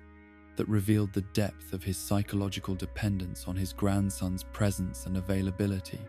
The systematic search that Rick conducted through dimensions where Morty had never existed provided him with disturbing insight into the vast scope of realities where his own development had proceeded along different trajectories, revealing alternate versions of himself who had either never found replacement families or had developed different coping mechanisms for dealing with the trauma and isolation that had characterized his existence since the deaths of his original wife and daughter decades earlier. These Rickless Morty dimensions contained families that were recognizably similar to his own adopted household, but lacked the particular combination of chaos and emotional intensity that his presence had created through years of interdimensional adventures and systematic manipulation of family dynamics according to his psychological needs and strategic objectives. The Ricks that existed in dimensions where Mortys had died or never been born were uniformly damaged in ways that exceeded even Rick's own psychological dysfunction, having been deprived of the emotional anchoring and sense of purpose that their relationships with their grandsons had provided. Despite the obvious costs and complications that such relationships imposed on everyone involved, some had retreated into complete isolation and scientific obsession, pursuing increasingly abstract and dangerous experiments that served no purpose beyond occupying their brilliant minds with sufficiently complex problems to prevent dwelling on existential questions that had no satisfactory answers. Others had descended into systematic violence and destruction that made Rick's own multiversal killing spree seem restrained and purposeful by comparison, using their technological capabilities to inflict suffering on entire civilizations as outlets for psychological pain that could not be processed or resolved through normal therapeutic approaches. Rick's growing realization of his dependency on Morty was accompanied by uncomfortable recognition that his grandson served functions in his psychological economy that went far beyond simple companionship or adventure partnership, providing him with motivation for continued existence and engagement with reality that had been completely absent during his years of multiversal exile and systematic revenge against alternate versions of himself. The boy's innocence and emotional vulnerability had given Rick's life structure and meaning that transcended his personal quest for vengeance, while also providing him with opportunities to experience protective love and mentorship that reconnected him to aspects of his personality that had been buried beneath decades of trauma and moral compromise. The panic that Rick experienced as Morty's absence stretched into its second day was not simply concern for his grandson's physical safety, but existential terror about the possibility that he might be forced to return to the kind of isolated existence that had characterized his life before finding his replacement family, when his only sources of motivation had been hatred and the systematic pursuit of goals that provided temporary distraction from questions about meaning and purpose that his superior intelligence could not adequately address. The recognition that his emotional stability had become dependent on relationships that could be lost through circumstances beyond his control created anxiety that no amount of technological capability or strategic planning could eliminate entirely. Beth's response to Morty's disappearance revealed her own growing maturity and emotional sophistication as she took charge of coordinating search efforts while also providing support and reassurance for other family members whose anxiety and fear threatened to overwhelm their capacity for effective action and clear thinking. Her professional experience as a surgeon had taught her to function effectively under pressure, while maintaining calm leadership that enabled others to contribute their capabilities without being paralyzed by worst-case scenario thinking or emotional reactivity that interfered with practical problem-solving and systematic investigation of possible explanations for Morty's absence. The systematic approach that Beth applied to organizing their search efforts reflected her inherited intelligence channeled toward practical objectives rather than abstract scientific theory, demonstrating capabilities that had been overshadowed by Rick's intellectual dominance but were perfectly suited to the kind of complex coordination and strategic thinking that crisis situations required from people who lacked access to advanced technology but possessed emotional intelligence and social skills that enabled effective collaboration and mutual support. Her ability to manage Jerry's anxiety while also directing Rick's technological resources toward productive rather than destructive applications revealed leadership potential that had been suppressed by family dynamics that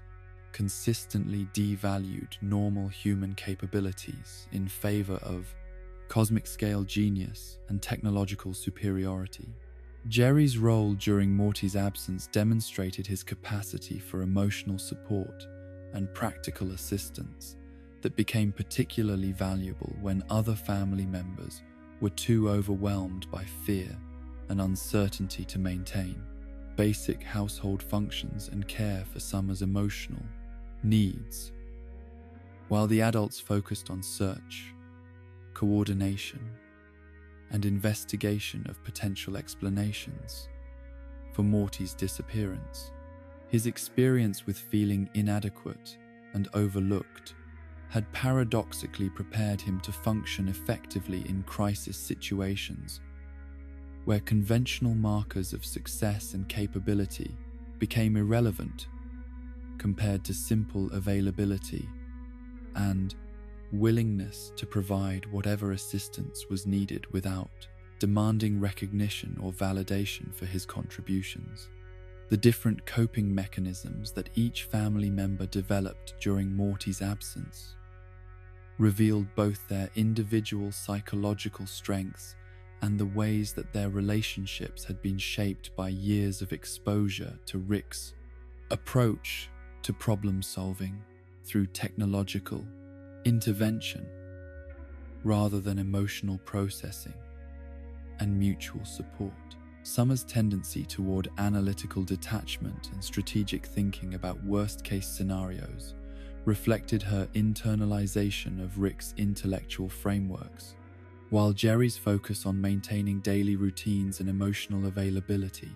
demonstrated his natural inclination towards stability and consistency that provided psychological anchoring for everyone during periods of uncertainty and fear. Rick's systematic investigation of potential explanations for Morty's disappearance was conducted with the same methodical approach he brought to solving technical problems, but the emotional stakes involved made it impossible for him to maintain the analytical detachment that normally enabled him to function effectively under pressure. His growing desperation as conventional explanations were eliminated and more troubling possibilities became likely created feedback loops of anxiety and self-recrimination that interfered with his ability to think clearly about creative solutions and alternative approaches to locating his missing grandson. The technological resources that Rick deployed in his search efforts were more sophisticated and comprehensive than anything available to conventional law enforcement or emergency services, but their effectiveness was limited by his growing emotional instability and his inability to maintain objective analysis of evidence and possibilities when the outcomes had such profound personal significance for his psychological welfare and continued capacity to function as family patriarch and protector. The same superior capabilities that normally provided him with decisive advantages in any conflict or challenge became sources of frustration and self-doubt when they proved inadequate for addressing problems that involved unpredictable human behavior and emotional complexity rather than purely technical obstacles. Meanwhile, Morty's solo adventure had begun as impulsive decision to skip school and explore the neighborhood with portal gun technology he had secretly borrowed from Rick's workshop, motivated by growing frustration with his limited autonomy and desire to experience independence that had been consistently undermined by Rick's protective control and systematic management of his exposure to danger and moral complexity. The initial excitement of unsupervised interdimensional travel was gradually replaced by growing awareness of his own competence and resourcefulness when faced with challenges that he had to solve without Rick's guidance or technological backup, revealing capabilities and confidence that had been suppressed by years of dependency, relationships, and carefully calibrated exposure to experiences that were designed to develop his usefulness as adventure companion rather than his autonomous development as individual person. The dimensions that Morty visited during his unauthorized expedition were chosen through curiosity and whim rather than strategic objectives or safety considerations,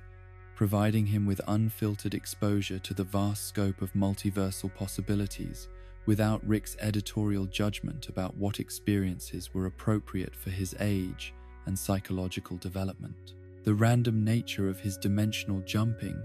enabled him to encounter realities that challenged his assumptions about identity and meaning, while also forcing him to develop independent problem-solving skills and moral reasoning that had been systematically limited by Rick's tendency to provide solutions and interpretations, rather than allowing Morty to develop his own understanding through direct experience and personal reflection.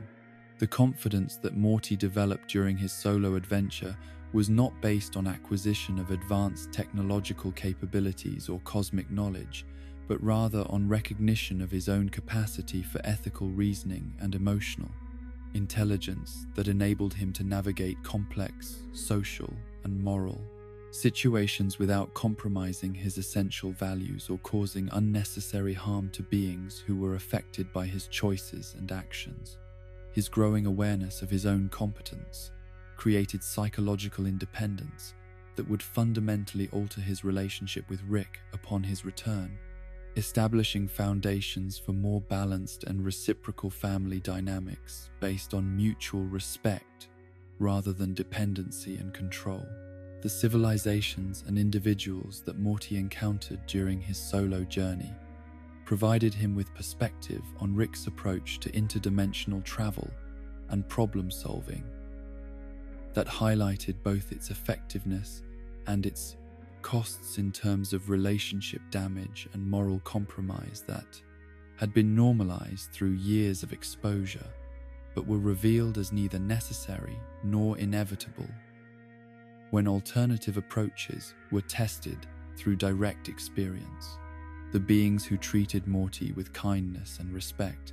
despite his obvious youth and inexperience, demonstrated forms of ethical behavior and mutual support that contrasted sharply with Rick's casual dismissal of other people's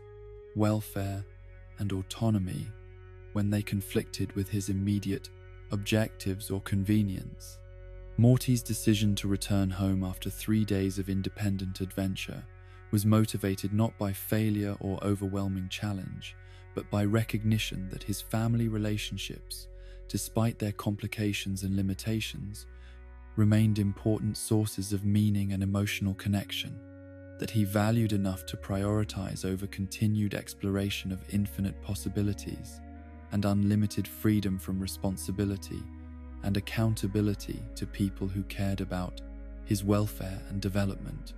His choice to end his solo expedition represented psychological maturity rather than capitulation to dependency,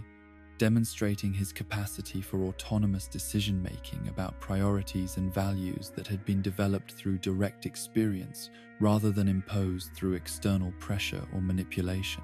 The reunion that occurred when Morty finally returned to his family was marked by emotional complexity that transcended simple relief and celebration, as each family member had to process their own responses to the crisis, while also acknowledging the changes that had occurred in their relationships and understanding during the period of separation and uncertainty. Rick's first genuine apology in years was delivered not as strategic manipulation designed to maintain control, but as authentic expression of remorse about the ways that his protective instincts had been implemented through restriction and control rather than support for Morty's natural development toward independence and autonomous moral reasoning. The conversation that Rick and Morty shared after the emotional intensity of the reunion had subsided revealed fundamental shifts in their relationship dynamic that would require ongoing adjustment and negotiation rather than simple return to previous patterns of interaction and mutual dependency. Morty's growing confidence and independence created opportunities for more authentic communication and reciprocal respect, but also challenged Rick's established role as primary decision-maker and source of guidance about interdimensional travel and adventure planning that had provided structure for both their relationship and Rick's sense of purpose and identity as protective grandfather figure. The family meeting that took place the evening after Morty's return was conducted with emotional honesty and mutual vulnerability that had been rare in their previous attempts at conflict resolution and relationship repair, reflecting the maturation and perspective that had resulted from confronting the possibility of permanent loss and the recognition that their love for each other transcended the practical convenience and psychological benefits that their relationships had provided. The crisis had revealed the authenticity of their emotional bonds, while also highlighting areas where continued growth and development were necessary to maintain healthy family dynamics that supported everyone's individual development, rather than simply serving Rick's psychological needs and strategic objectives. The stage was set for evolution in their family relationships that would balance Rick's legitimate concerns about safety and protection with respect for other family members' autonomy and natural development toward independence, creating foundations for mutual support and genuine partnership that could accommodate both Rick's exceptional capabilities and everyone else's need for dignity and self-determination in their choices about risk, adventure, and the balance between security and growth that healthy relationships require for long-term sustainability and satisfaction. The decision that would define Beth's understanding of herself and her place within the infinite possibilities of existence was not made in a moment of dramatic revelation, but evolved gradually through weeks of careful consideration about the fundamental nature of identity and the relationship between authentic choice and the responsibilities that had accumulated through years of family relationships and professional commitments that had become central to her sense of purpose and meaning. Rick's casual offer of clone technology as a solution to her conflicted feelings about domestic obligation versus personal fulfillment had seemed initially like another example of his tendency to apply technological fixes to problems that required emotional intelligence and genuine moral reasoning. But the more Beth contemplated the implications and possibilities, the more she recognized that his proposal addressed fundamental questions about autonomy and authenticity that had haunted her since childhood. The clone that Rick created as a potential replacement for Beth's domestic responsibilities was not a simple duplicate, but a sophisticated artificial consciousness that possessed all of her memories, personality traits, and emotional patterns, while lacking the specific psychological burden of making the choice between adventure and family obligation that had created Beth's identity crisis in the first place. The technology involved was more advanced than anything Rick had previously shared with his family members, requiring manipulation of consciousness and identity at levels that approached the fundamental structure of personal existence, while maintaining enough coherence and continuity to ensure that the clone would be functionally indistinguishable from the original in all practical and emotional contexts. The process of observing her clone assume her daily routines and interact with family members who remained completely unaware of the substitution provided Beth with profound insight into the arbitrary nature of individual identity and the extent to which her relationships were based on external performance and familiar patterns, rather than essential qualities that could not be replicated through sufficiently advanced technology. The ease with which her clone integrated into family dynamics while maintaining emotional connections that appeared authentic and satisfying to all participants forced Beth to confront uncomfortable questions about the uniqueness and irreplaceability that she had assumed characterized her role as wife, mother, and daughter. Jerry's inability to detect any difference between Beth and her clone revealed both the limitations of their intimate relationship and the extent to which their marriage had become routine interaction based on established patterns, rather than deep emotional connection that would enable him to recognize fundamental changes in her personality or psychological state. His casual acceptance of minor behavioral variations as natural fluctuation, rather than evidence of fundamental alteration, highlighted how much of their communication had become superficial exchange of practical information, rather than genuine sharing of inner experiences, and authentic emotional responses to daily challenges and opportunities for growth and connection.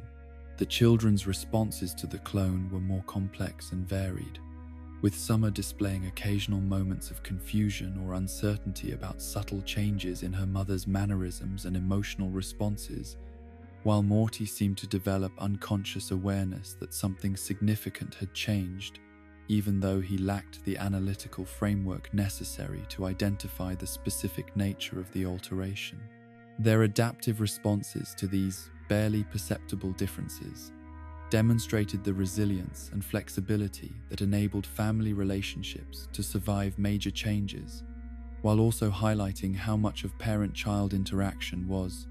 based on established roles and expectations rather than deep, personal knowledge and authentic emotional intimacy.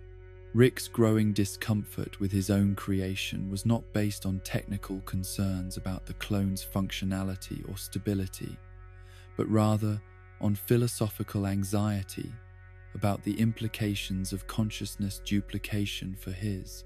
understanding of identity and meaning in contexts where infinite alternatives existed across dimensional boundaries. The success of the clone in fulfilling Beth's domestic responsibilities while maintaining family relationships that seemed authentic and satisfying to all participants forced Rick to acknowledge that his own presence in their family might be equally replaceable through sufficiently advanced technological intervention, creating existential uncertainty about the significance and necessity of his role as protective patriarch and guidance provider. The clone's independent development of personality traits and preferences that diverged subtly from Beth's original patterns raised questions about the nature of consciousness and personal growth that neither Beth nor Rick was prepared to address adequately through their existing philosophical frameworks and scientific understanding. The artificial being that had been created as temporary solution to Beth's practical problem was evolving into someone who possessed legitimate claims to autonomous existence and self-determination that complicated simple assumptions about ownership and control over consciousness that had been artificially constructed for specific purposes. Beth's period of interdimensional adventure with Rick provided her with experiences and knowledge that fundamentally altered her understanding of herself and her capabilities, while also exposing her to forms of violence and moral complexity that she was not emotionally prepared to process successfully. Without developing psychological defense mechanisms that distanced her from normal human emotional responses and ethical frameworks. The cosmic perspective that Rick shared with her during their travels was simultaneously liberating and corrupting, expanding her awareness of infinite possibilities while undermining her capacity for genuine investment in particular relationships and specific circumstances that had previously provided structure and meaning for her daily existence. The civilizations and cultures that Beth encountered during her adventures revealed the arbitrary nature of social conventions and moral frameworks that had shaped her development and constrained her choices throughout her adult life. But the recognition of such arbitrariness was accompanied by growing awareness that meaning and purpose required commitment to particular values and relationships, regardless of their ultimate significance from cosmic perspectives that made all individual choices seem equally meaningless. The freedom that came from understanding the constructed nature of social reality was counterbalanced by existential anxiety about the responsibility for creating meaning and direction in contexts where no external authority could provide definitive guidance about right and wrong or optimal approaches to personal fulfillment and social contribution. The violence that Beth witnessed and participated in during her interdimensional travels was presented by Rick as necessary self-defense and protection of innocent beings from threats that exceeded conventional understanding and capability, but her growing comfort with casual destruction and systematic elimination of obstacles revealed psychological changes that paralleled Rick's own transformation from loving family man into someone whose superior capabilities had severed his connection to normal moral constraints and empathetic responses to suffering that he had caused or enabled through his choices and actions. The relationship between Beth and her clone became increasingly complex, as both versions of her consciousness developed along different trajectories that reflected their distinct experiences and responsibilities, with the domestic Beth maintaining connections to family stability and conventional achievement, while the adventuring Beth evolved toward cosmic perspective and moral flexibility that made normal human concerns seem provincial, ultimately insignificant. The divergence created identity confusion that could not be resolved through simple reintegration or elimination of one version in favor of the other, as both had become legitimate expressions of Beth's potential development under different circumstances and choices. Rick's decision to erase his own memory of whether Beth had chosen to remain with the clone or had herself become the clone represented his recognition that maintaining authentic relationships with family members required ignorance about the extent to which those relationships were based on technological manipulation and artificial construction, rather than natural development through shared experiences and genuine emotional connection. The selective amnesia he imposed on himself was both practical solution to immediate psychological discomfort and broader acknowledgement that his technological capabilities had created problems that could only be managed through deliberate self-limitation and acceptance of uncertainty about fundamental aspects of his most important relationships. The philosophical implications of Beth's clone experiment extended beyond personal identity questions to encompass fundamental concerns about authenticity and meaning in contexts where unlimited technological power made any experience or relationship potentially replaceable through sufficiently advanced intervention and manipulation. The success of the clone in fulfilling domestic responsibilities while maintaining emotional connections that seemed genuine to all participants raised troubling questions about the essential nature of love and family bonds that Rick and Beth were not emotionally equipped to address without undermining their capacity for continued investment in relationships that might be based on illusion and deliberate deception. The family dynamics that developed around the uncertainty about Beth's identity created subtle but persistent tension that affected everyone's emotional security and their ability to trust in the stability and authenticity of their relationships, even when they lacked conscious awareness of the specific nature of the deception that had been implemented to manage conflicting priorities about adventure versus domestic responsibility. The knowledge that reality could be fundamentally altered through technological intervention created paranoia and anxiety that interfered with normal processes of emotional bonding and trust development that healthy families required for psychological stability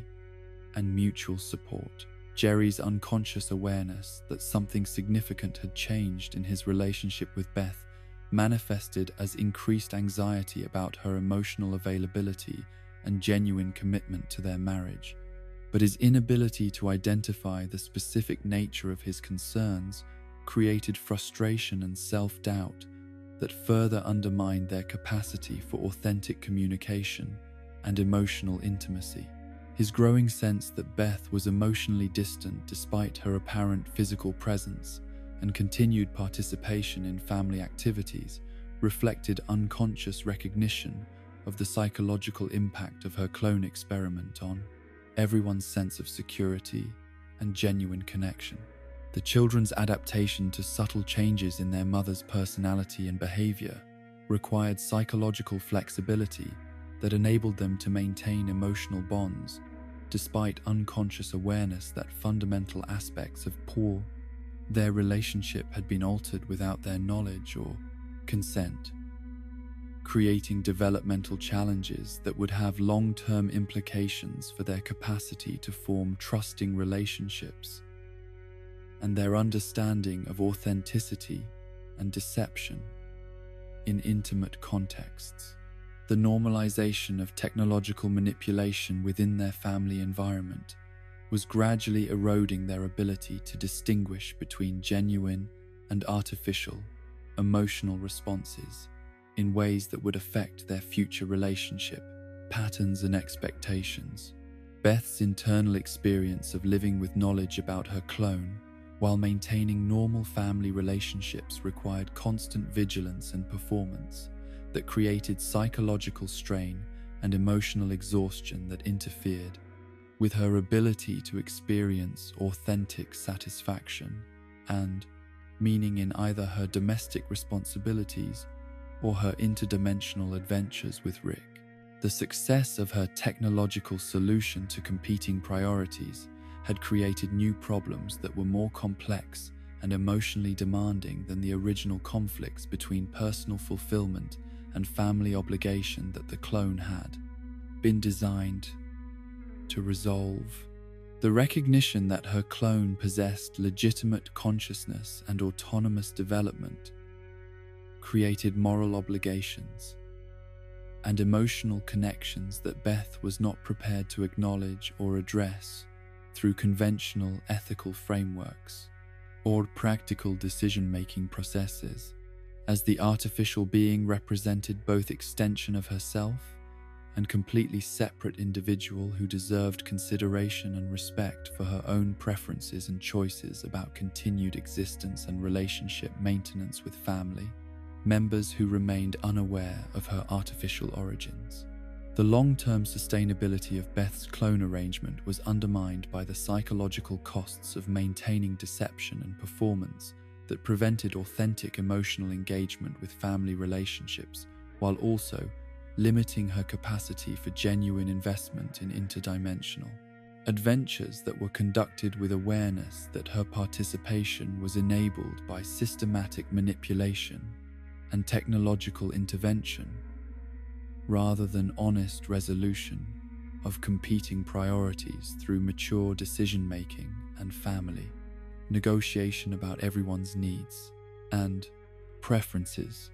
The experiment ultimately revealed that technological solutions to emotional and moral problems created complications that exceeded the original difficulties they were designed to address, while also highlighting the impossibility of maintaining authentic relationships when fundamental aspects of identity and presence were subject to manipulation and replacement through advanced capabilities that other family members could not understand or consent to meaningfully. The clone technology that had seemed to offer perfect resolution to Beth's identity crisis instead created new forms of alienation and deception that threatened the emotional foundations of all her most important relationships, while providing no genuine path toward integration of her competing desires for adventure and domestic fulfillment. The dimension where Rick Sanchez was never born existed as a testament to the profound ripple effects that a single individual's presence or absence could have on the development of scientific knowledge, family structures, and the broader trajectory of human civilization across realities where brilliant minds either emerged to reshape the fundamental understanding of physics and interdimensional theory or remained forever unmanifested, leaving entire fields of inquiry unexplored and technological possibilities permanently beyond the reach of conventional human intelligence. In this particular reality, the absence of Rick's revolutionary contributions to portal technology and multiversal physics had resulted in scientific development that proceeded along more gradual and collaborative pathways, with discoveries emerging through institutional research and peer collaboration, rather than the isolated genius breakthrough pattern that characterized Rick's approach to cosmic-scale problems and reality manipulation.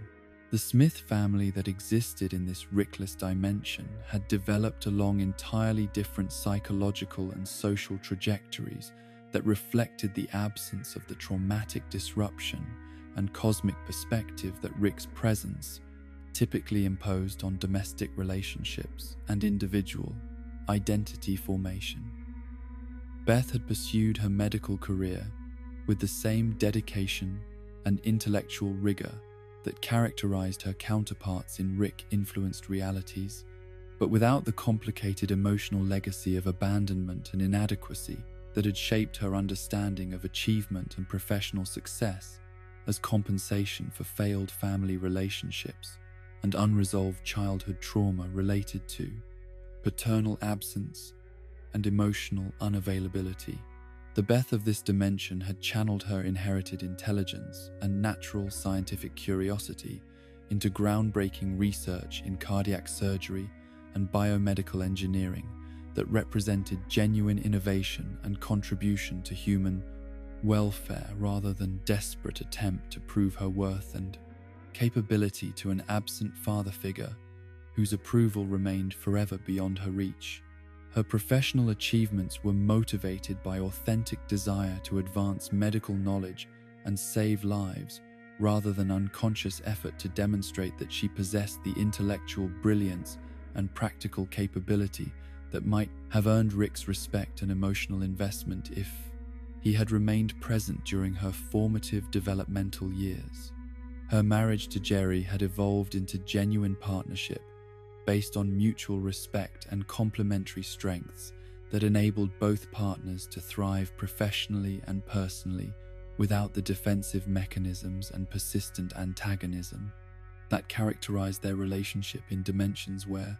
Rick's intellectual superiority and casual dismissal of Jerry's contributions created constant psychological pressure and systematic undermining of Jerry's confidence and sense of value within family dynamics. The Jerry of this dimension had developed into someone whose emotional intelligence and social capabilities were recognized and valued by colleagues and family members, rather than being consistently overshadowed by comparison to impossible standards of genius and technological mastery. Jerry's professional success in advertising and marketing reflected his natural understanding of human psychology and communication dynamics, channeled toward creative and socially beneficial applications, rather than being suppressed by constant exposure to cosmic perspective that made normal human concerns seem trivial and ultimately meaningless. His campaigns focused on promoting products and services that genuinely improved people's lives, while also demonstrating sophisticated understanding of emotional needs and social relationships that enabled him to create connections between consumers and brands that were based on authentic value and mutual benefit, rather than manipulation and exploitation of psychological vulnerabilities. The children who grew up in this Rickless dimension represented perhaps the most dramatic illustration of how different developmental pathways could emerge when young people were allowed to mature without exposure to cosmic horror and philosophical complexity that exceeded their emotional readiness and psychological capacity for healthy integration. Summer had developed into someone whose natural intelligence and social sophistication flourished within age-appropriate contexts that provided challenges and opportunities for growth without overwhelming her developing sense of identity and moral reasoning, with existential questions that had no satisfactory answers and cosmic perspectives that undermined normal human motivation and emotional investment. Her academic performance and social relationships reflected genuine engagement with immediate challenges and opportunities that were scaled appropriately to her developmental stage, enabling her to build confidence and competence through incremental success and natural learning processes, rather than being thrust into adult concerns and cosmic scale problems that accelerated her intellectual development while creating emotional trauma and philosophical cynicism that interfered with her capacity for authentic connection and hope for the future. The summer of this dimension retained optimism and emotional vulnerability that enabled her to form meaningful friendships and romantic relationships based on mutual trust and shared experiences, rather than defensive strategies designed to protect her from the implications of infinite realities and casual violence. But it was Morty's development in the absence of Rick's influence that provided the most compelling evidence of untapped potential and natural capability that had been systematically suppressed in dimensions where his grandfather's protective control and psychological dependency had limited his autonomous growth and independent moral reasoning. Without exposure to interdimensional adventures and their accompanying trauma, Morty had evolved into someone whose inherent intelligence and creativity were allowed to flourish through normal educational experiences and healthy family relationships that supported his natural curiosity and problem-solving, abilities without imposing artificial limitations, designed to maintain his usefulness as emotional anchor and adventure companion. The Morty of this dimension had discovered his passion for scientific research through school programs and independent experimentation that reflected genuine interest in understanding natural phenomena, rather than being forced to process advanced theories and technologies that far exceeded his emotional and intellectual readiness for their implications and applications. His approach to scientific inquiry was characterized by ethical consideration and social responsibility that had been nurtured through family relationships and educational environments that emphasized the importance of using knowledge, capability for beneficial purposes rather than personal advantage or cosmic scale manipulation. His natural empathy and emotional intelligence had developed into sophisticated understanding of human psychology and social dynamics that enabled him to contribute meaningfully to community projects and interpersonal problem-solving in ways that demonstrated leadership potential and moral reasoning that had been consistently undermined in dimensions where Rick's nihilistic worldview and casual disregard for conventional morality had shaped his understanding of right and wrong according to cosmic perspectives that made normal human ethical frameworks seem arbitrary and ultimately meaningless. The scientific community that had emerged in this Rickless dimension was characterized by collaborative research methodologies and institutional support systems that enabled sustained investigation of complex problems through collective effort and peer review, rather than depending on isolated, genius breakthrough patterns that concentrated power and knowledge in individual hands while creating dependency, relationships, and hierarchical structures that limited broader scientific development and democratic participation in technological advancement. The absence of Rick's revolutionary portal technology had resulted in different approaches to space exploration and theoretical physics that proceeded more gradually but also more sustainably through international cooperation, shared resource allocation. The research institutions and universities that flourished in this dimension had developed sophisticated programs for nurturing young scientific talent through mentorship and gradually increasing responsibility rather than the sink or swim exposure to cosmic scale problems that characterized Rick's approach to Morty's education and capability development. The students who emerged from these programs possessed both technical competence and ethical frameworks that enabled them to pursue advanced research while maintaining accountability to broader social welfare and democratic oversight of potentially dangerous or destabilizing technological applications. The absence of interdimensional travel technology had resulted in different approaches to addressing global challenges and resource limitations that emphasized sustainable development and international cooperation, rather than the casual abandonment and reality replacement strategies that Rick employed when problems became inconvenient or impossible to solve through conventional means. The civilizations that developed in this dimension had been forced to find solutions to environmental degradation, social inequality, and resource scarcity through innovation and collaboration, rather than having access to infinite alternate realities that could provide temporary escape from consequences of poor planning and unsustainable practices. The family relationships that characterized this Rickless dimension were marked by emotional authenticity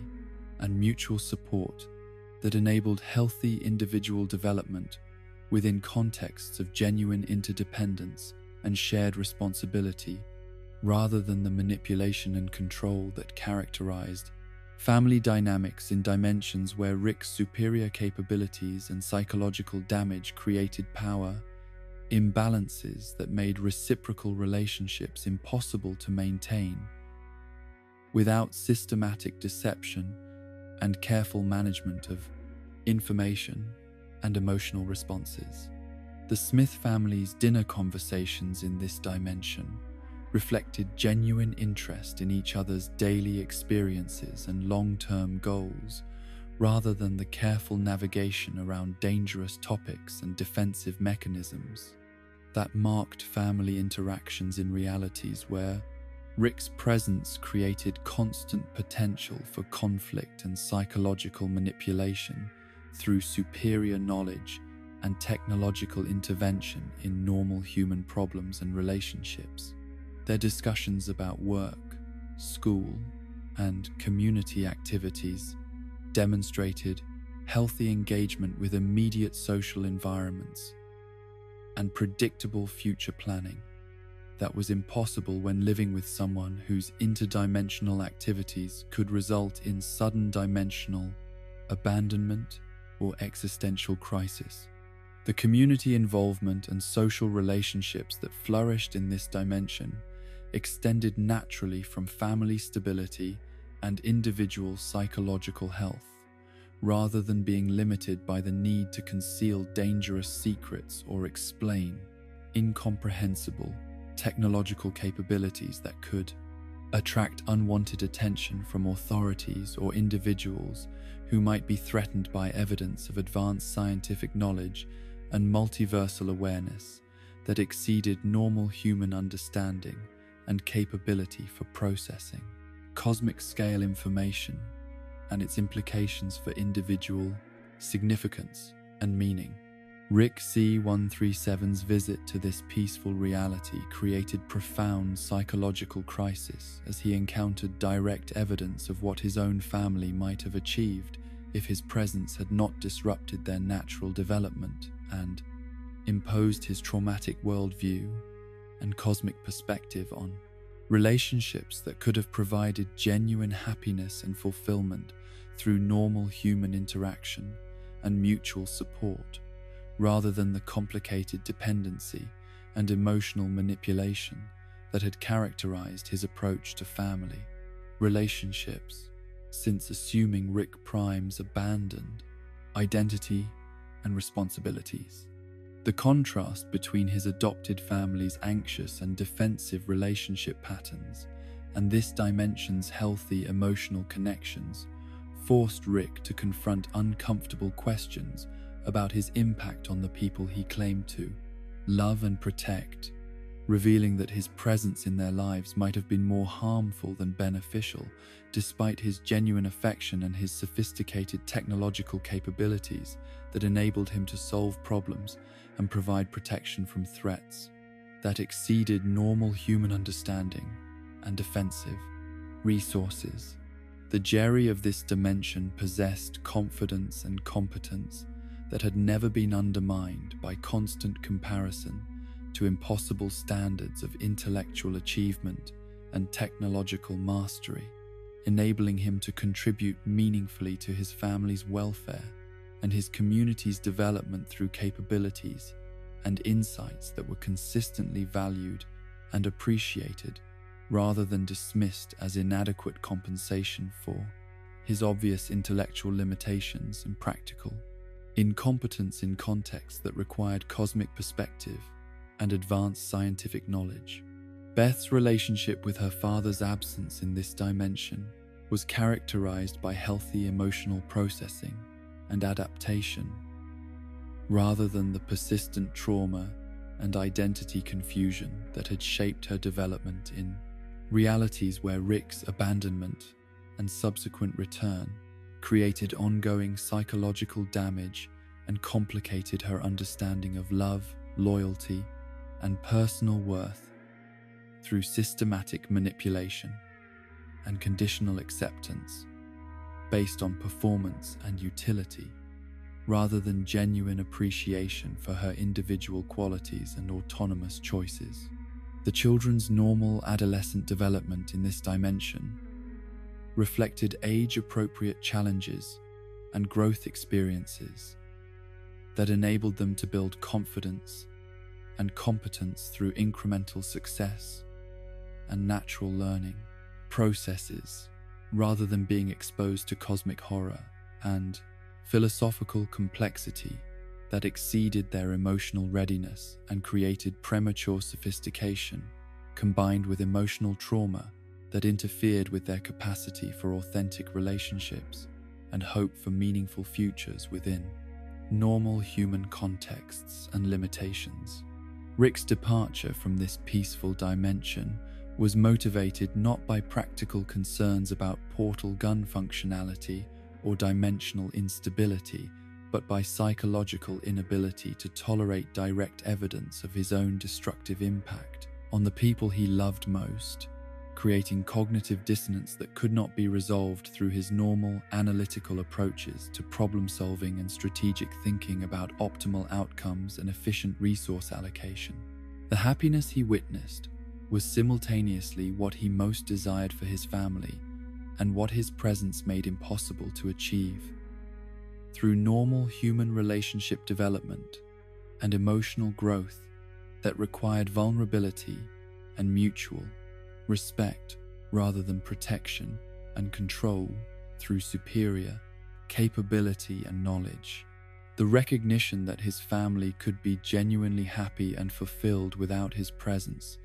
challenged fundamental assumptions about his necessity and value that had provided structure and meaning for his existence since abandoning his quest for revenge against Rick Prime, forcing him to question whether his protective role was actually beneficial or whether his continued presence in their lives represented selfish pursuit of psychological comfort and emotional anchoring at the expense of their autonomous papelink, development, and natural capacity for creating meaningful relationships and satisfying life experiences within normal human limitations and possibilities. The Rick who would create evil Morty was not fundamentally different from any other version of Rick Sanchez in terms of basic intelligence or technological capability, but his particular combination of psychological damage and methodical cruelty had been refined through decades of systematic experimentation on captured Mortys from dimensions where their corresponding Ricks had been eliminated or had abandoned their families, leaving vulnerable adolescents who could be harvested for research purposes without triggering the kind of multiversal investigation that would result from attacking protected Rick-Morty partnerships that were officially sanctioned by Citadel authorities and interdimensional law enforcement agencias. Rick designation D99 had originally been motivated by the same grief and revenge obsession that characterized most Ricks who had lost their families to Rick Prime's systematic campaign of multiversal terrorism, but his quest for vengeance had been derailed by his discovery that torturing alternate versions of himself provided insufficient psychological satisfaction compared to the more complex and sustained project of systematically breaking down the innocence and moral reasoning of beings who reminded him of his own lost daughter during her childhood years before trauma and cosmic awareness had corrupted her natural empathy and emotional vulnerability. The laboratory that Rick D99 constructed for his Morty experiments was designed not for efficient elimination of subjects, but for prolonged psychological and physical torture that would enable him to study the precise mechanisms by which trauma transformed innocent children into beings capable of the kind of sophisticated cruelty and strategic thinking that had once characterized Rick's own evolution from loving father into multiversal monster. The research was presented to himself as investigation into consciousness, manipulation, and behavioral modification. But the true motivation was his need to recreate and control the process by which his own moral development had been corrupted through exposure to loss and injustice that exceeded normal human capacity for psychological integration, healthy emotional processing. The early subjects in Rick D99's experimental program were Mortys, who had been captured during dimensional raids and trafficking operations that were conducted under cover of legitimate scientific research and interdimensional commerce regulation, but who were actually designed to provide him with steady supplies of test subjects, whose disappearances would not trigger immediate investigation by Citadel authorities, who were generally indifferent to the welfare of individual Mortys, except when their abuse threatened broader dimensional stability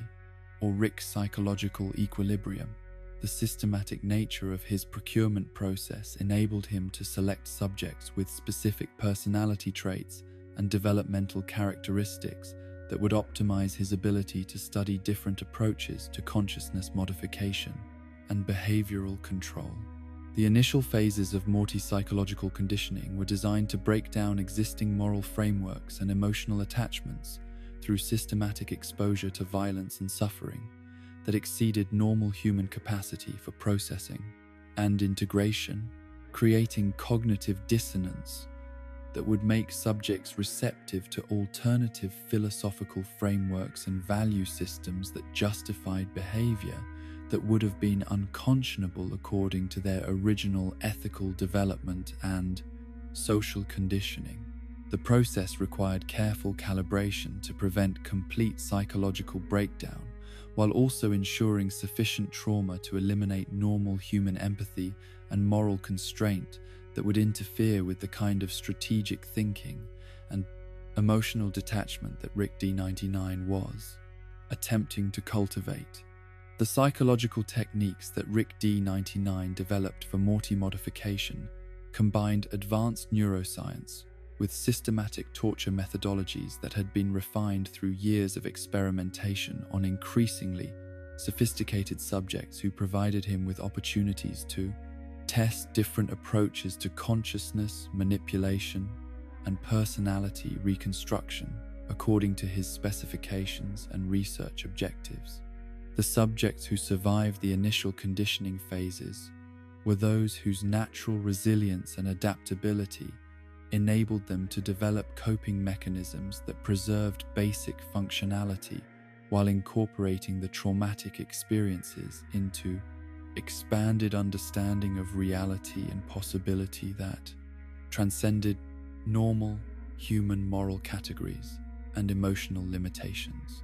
The Rick who would eventually become Evil Morty's first victim had been selected not for his exceptional intelligence or technological capability, but for his emotional stability and genuine affection for his grandson, qualities that Rick D99 believed would make the transformation process more psychologically satisfying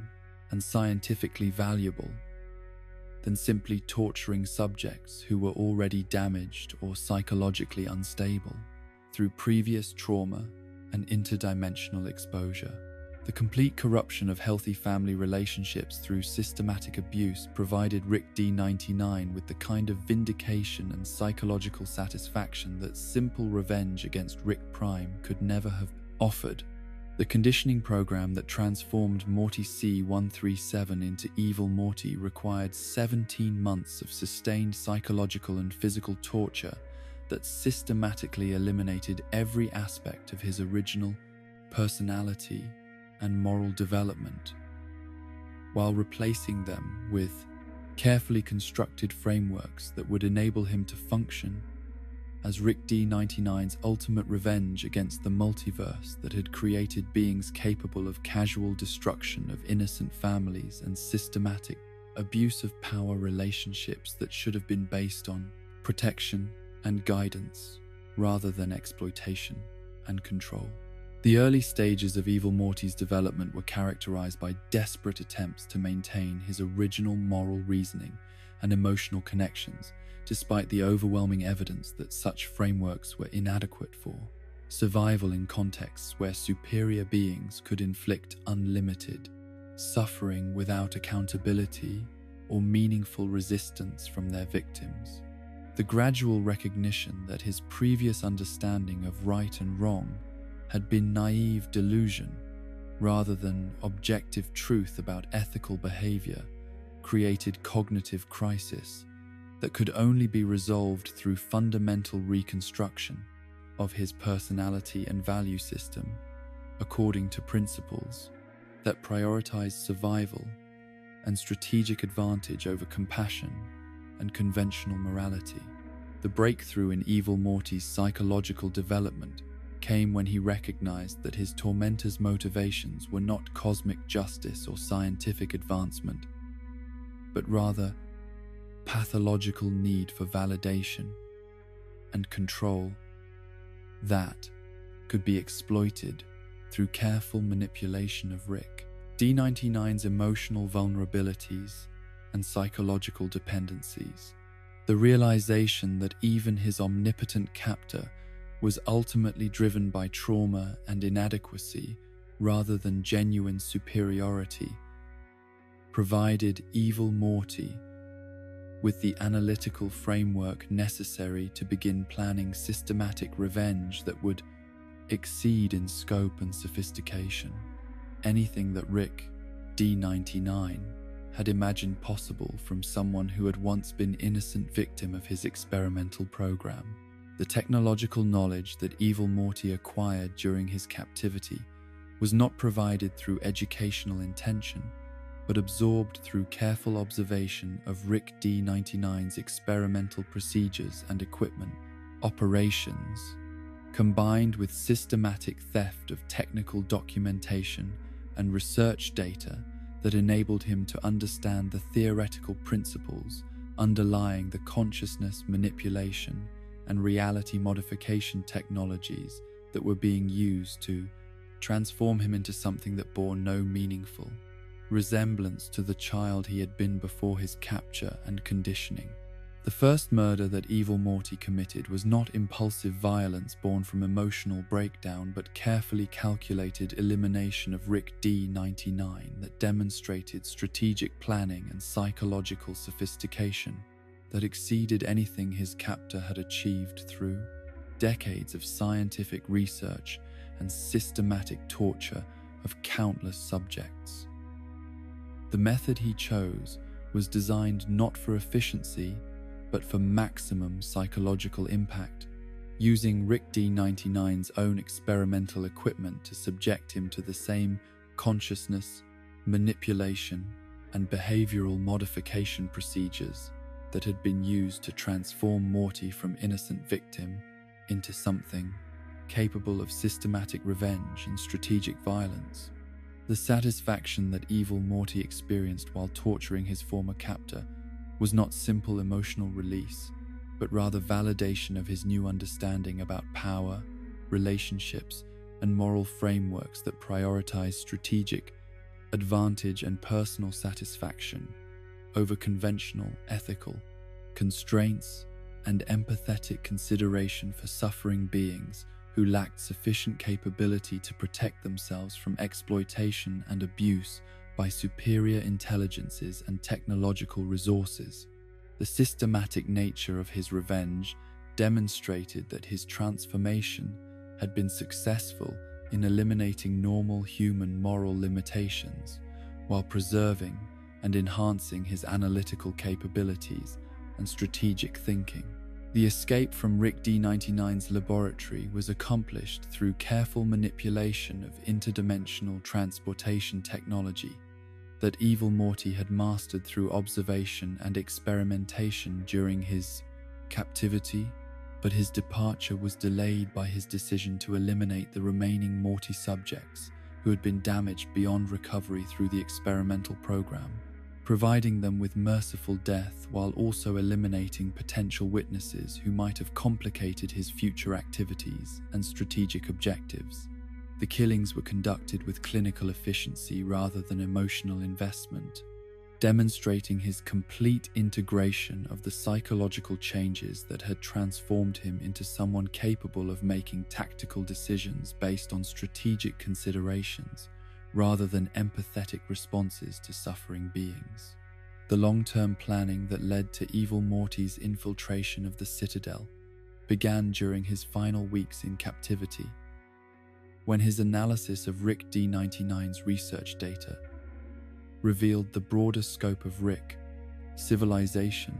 and the systematic exploitation and abuse that characterized their treatment of Mortys across infinite dimensions. The recognition that his personal trauma was not exceptional, but rather routine aspect of Rick-Morty relationships provided him with the motivation and strategic framework necessary to develop comprehensive plans for revenge that would address not just individual perpetrators, but the entire civilization that enabled and encouraged such behavior through their political and social institutions. The identity that evil Morty constructed for his infiltration of the Citadel required sophisticated understanding of Morty psychology and behavior patterns that would enable him to appear normal and psychologically stable while concealing the capabilities and motivations that would enable him to conduct systematic sabotage and intelligence-gathering operations within the heart of Rick's civilization. The performance required constant vigilance and careful attention to behavioral details that would prevent detection by Rick's psychological evaluation protocols, while also positioning him for access to the information and resources necessary for implementing his ultimate objectives. The partnership that evil Morty formed with the Rick, who would become known as Evil Rick, was based not on mutual respect or shared objectives, but on evil Morty's recognition that he needed a controllable Rick proxy to provide technological capability and institutional access, while maintaining his cover as harmless Morty sidekick, whose presence would not trigger security concerns or detailed investigation by Citadel authorities who were accustomed to treating Mortys as background elements, rather than potential threats to dimensional stability and Rick's civilization. The neural interface technology that evil Morty developed for controlling evil Rick represented significant advancement in consciousness manipulation that exceeded anything that Rick D-99 had achieved through his experimental program, demonstrating that evil Morty's intellectual development had continued along trajectories that enabled him to surpass his original captor in both technological sophistication and strategic planning capabilities. The device enabled complete control over evil Rick's behavior and decision-making while maintaining the appearance of normal Rick-Morty relationship dynamics that would deflect suspicion and investigation. The systematic torture and murder of captured Ricks that evil Morty conducted through his evil Rick proxy was designed not simply for revenge, but as research program intended to develop comprehensive understanding of Rick's psychology and the specific vulnerabilities that could be exploited for broader strategic objectives that would eventually enable him to eliminate the entire civilization that had created conditions where beings like Rick D-99 could conduct systematic abuse without accountability or meaningful oversight from authorities who possessed sufficient power to prevent such activities. The psychological satisfaction that evil Morty derived from torturing Ricks was different from normal emotional responses to revenge, because his consciousness modification had eliminated normal human empathy while preserving and enhancing his analytical capabilities, enabling him to study their suffering with clinical detachment, while also experiencing strategic satisfaction from successful implementation of complex plans that demonstrated his superior intelligence and capability compared to beings who had assumed that their technological advantages and cosmic perspective made them invulnerable to retaliation from supposedly inferior beings. The discovery of Rick C-137's systematic killing spree across multiple dimensions provided evil Morty with valuable intelligence about Rick's psychology and the specific trauma patterns that could transform ordinary family men into multiversal monsters, while also revealing strategic opportunities for manipulating the investigation and response that would enable him to advance his own objectives while remaining concealed within Citadel bureaucracy and security apparatus. The analysis of Rick C-137's methods and motivations informed evil Morty's understanding of the broader patterns of corruption and trauma that characterized Rick's civilization and their relationships with family members who were systematically exploited and psychologically damaged through exposure to cosmic horror and technological capabilities that exceeded normal human capacity for healthy integration. The long-term strategic planning that would eventually enable evil Morty to destroy the central finite curve and escape into the broader multiverse was developed through systematic analysis of Rick's technological capabilities and psychological vulnerabilities that revealed the fundamental instability and unsustainability of civilization, based on individual genius and unlimited power, unconstrained by accountability to beings who were affected by Rick's decisions and activities. The recognition that Rick's superiority was ultimately illusory and that their civilization contained inherent weaknesses that could be exploited through sufficiently sophisticated understanding and strategic patience provided evil Morty with the foundation for revenge that would exceed in scope and impact anything that individual Ricks had imagined possible. The cycle of abuse that had transformed evil Morty from innocent victim into systematic destroyer of Rick's civilization was not unique or exceptional, but rather representative of broader patterns that characterized Rick Morty, relationships across infinite dimensions, suggesting that his existence and capabilities were inevitable products of systematic exploitation and psychological damage that Rick's civilization inflicted on vulnerable beings who lacked sufficient power to protect themselves from trauma that exceeded normal human capacity for recovery and healthy development. The monster that evil Morty had become was ultimately Rick's civilization's own creation, and the logical consequence of their casual disregard for the welfare and autonomy of beings they considered inferior and expendable. The late-night visits that Rick conducted to dimensions where his original family still lived were not planned expeditions with specific objectives or therapeutic intentions, but rather compulsive pilgrimages driven by psychological needs that he could neither fully understand nor successfully resist, despite his growing recognition that such activities were more harmful than beneficial to his emotional stability and capacity to function effectively within his adopted family relationships. The portal coordinates that led to these preserved moments of domestic happiness had been memorized during his early years of multiversal travel, when the systematic search for Rick Prime had occasionally taken him through realities where alternate versions of Diane and Beth continued to exist in blissful ignorance of the cosmic horror and systematic violence that characterized infinite dimensions beyond their particular pocket of preserved innocence. The technology that enabled Rick to observe these alternate families without detection was more sophisticated than simple dimensional viewing, incorporating temporal manipulation and consciousness filtering that allowed him to experience their daily routines and emotional interactions from multiple perspectives while remaining completely invisible to their awareness and unable to interfere with their natural development through his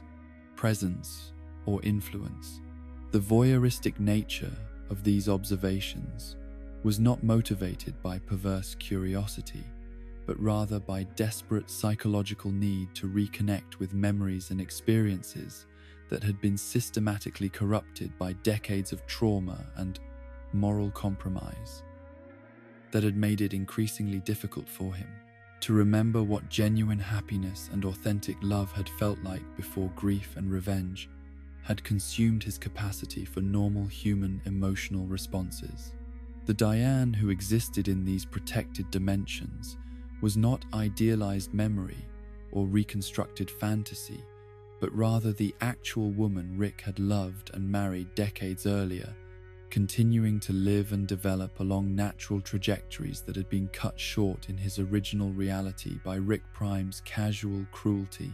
and systematic destruction of innocent families who had posed no threat to anyone but had been eliminated simply to demonstrate the scope of power that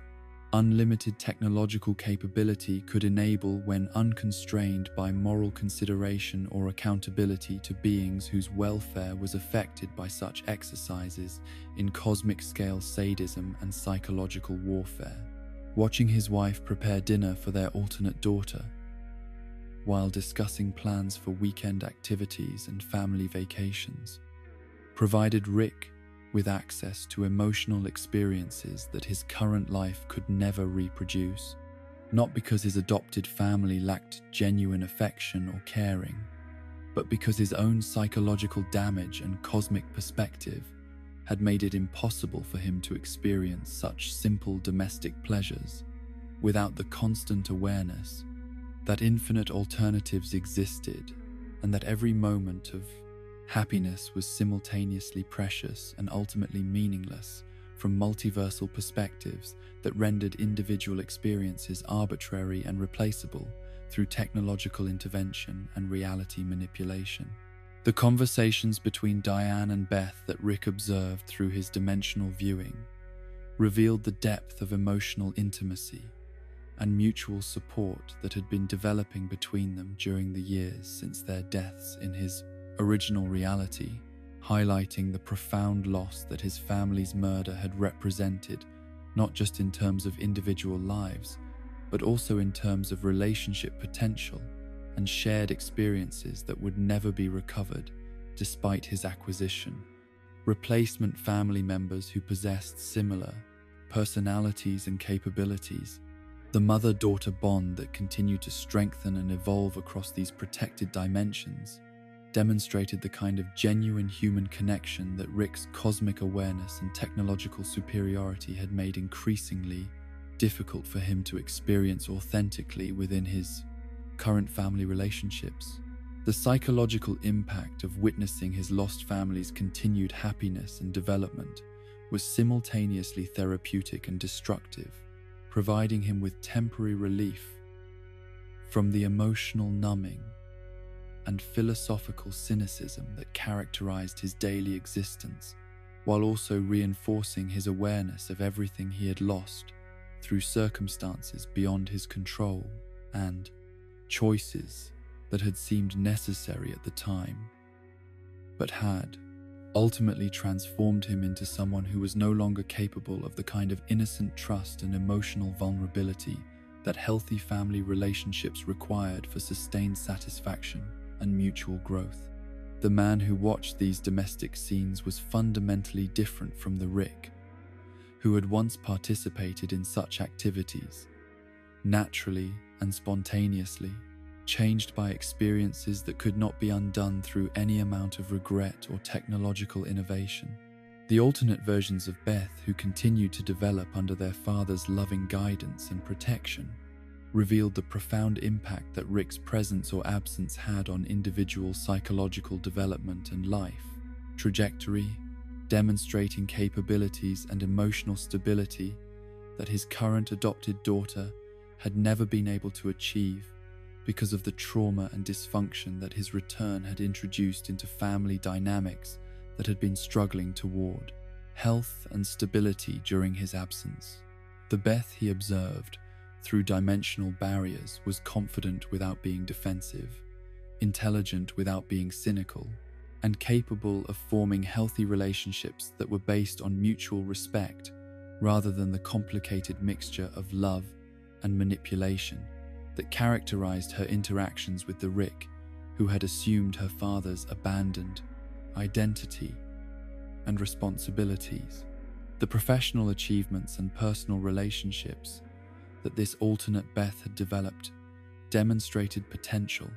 that existed within his daughter's basic personality, but had been consistently undermined by exposure to Rick's traumatic worldview and cosmic perspective that made normal human concerns seem trivial and ultimately meaningless. Her success as a surgeon was motivated by genuine desire to help patients and advance medical knowledge rather than desperate need for validation and proof of intellectual capability that would earn her father's approval and emotional investment in their relationship, despite his obvious preference for cosmic-scale adventures and multiversal problem-solving over domestic responsibilities and family obligations. The grandchildren that Rick observed in some of these alternate dimensions were versions of Summer and Morty who had developed without exposure to interdimensional travel and its accompanying trauma, revealing the natural trajectory of their psychological and intellectual growth when allowed to proceed without acceleration through premature confrontation with cosmic horror and philosophical complexity that exceeded their emotional readiness for successful integration. These alternate grandchildren possessed confidence and emotional stability that enabled them to pursue age-appropriate interests and relationships while maintaining the kind of optimism and trust in future possibilities that Rick's influence had systematically undermined through his bland, nihilistic worldview and casual exposure to infinite realities, where every choice and relationship could be replaced or abandoned when they became inconvenient or insufficiently satisfying. The Jerry, who continued to exist in these protected family dimensions, had evolved into someone whose emotional intelligence and natural empathy had been allowed to flourish without constant undermining through comparison to impossible standards of intellectual achievement and technological capability, demonstrating that his contributions to family stability and emotional support were valuable and necessary, rather than merely tolerated as inevitable inadequacy that had to be endured for the sake of maintaining domestic relationships. His relationship with Beth was characterized by genuine partnership and mutual appreciation that provided both of them with the kind of emotional security and practical support that healthy marriages required for long-term satisfaction and continued growth. The community involvement and social relationships that flourished in these alternate realities reflected normal human engagement with immediate environments and predictable challenges rather than the isolation and defensive secrecy that characterized Rick's adopted family's interactions with neighbors and institutions who could never be trusted with knowledge about interdimensional adventures and technological capabilities that exceeded normal human understanding and could attract unwanted attention from authorities or individuals who might pose threats to family security and continued autonomy. The ordinary social connections that Rick observed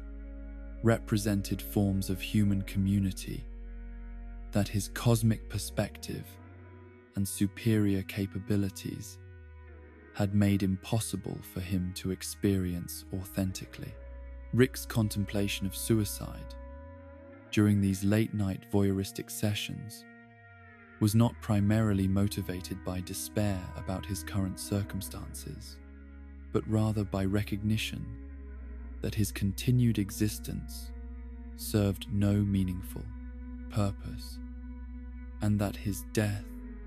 might enable his adopted family to develop along healthier trajectories without the disruptive influence of his traumatic worldview and technological superiority that created constant psychological pressure and systematic undermining of normal human relationships and developmental processes. The specific methods he considered were designed not for dramatic impact or expression of emotional pain, but rather for efficiency and minimal disruption to his family's continued existence and psychological stability. The practical obstacles to Rick's suicide were not technological or physical, but rather psychological, as his death would abandon Morty and the rest of his adopted family to face cosmic-scale threats and interdimensional challenges without the protection and guidance that only his superior capabilities could provide against enemies and dangers that far exceeded normal human understanding and defensive resources. The responsibility he had accepted through his assumption of Rick Prime's abandoned family role created obligations that superseded his personal preferences about continued existence, even when that existence had become primarily a source of suffering and alienation from the authentic human experiences he could observe, but never again participate in naturally. The recognition that infinite realities contained infinite versions of every possible experience created philosophical problems that no amount of individual achievement or relationship satisfaction could resolve adequately, as the knowledge that countless alternatives existed made any particular choice or connection simultaneously meaningful and arbitrary from cosmic perspectives that Rick could never entirely abandon, despite their destructive impact on his capacity for genuine emotional investment and authentic human relationships. The happiness he witnessed in alternate dimensions was real and significant, but was also one example among infinite possibilities, creating cognitive dissonance that prevented him from finding peace in either his losses or his current circumstances. The addiction to observing alternate versions of his original family represented Rick's inability to accept the finality of loss and move forward into relationships and experiences that were available within his current reality, reflecting psychological patterns that kept him trapped between past and present, rather than enabling him to invest fully in either memory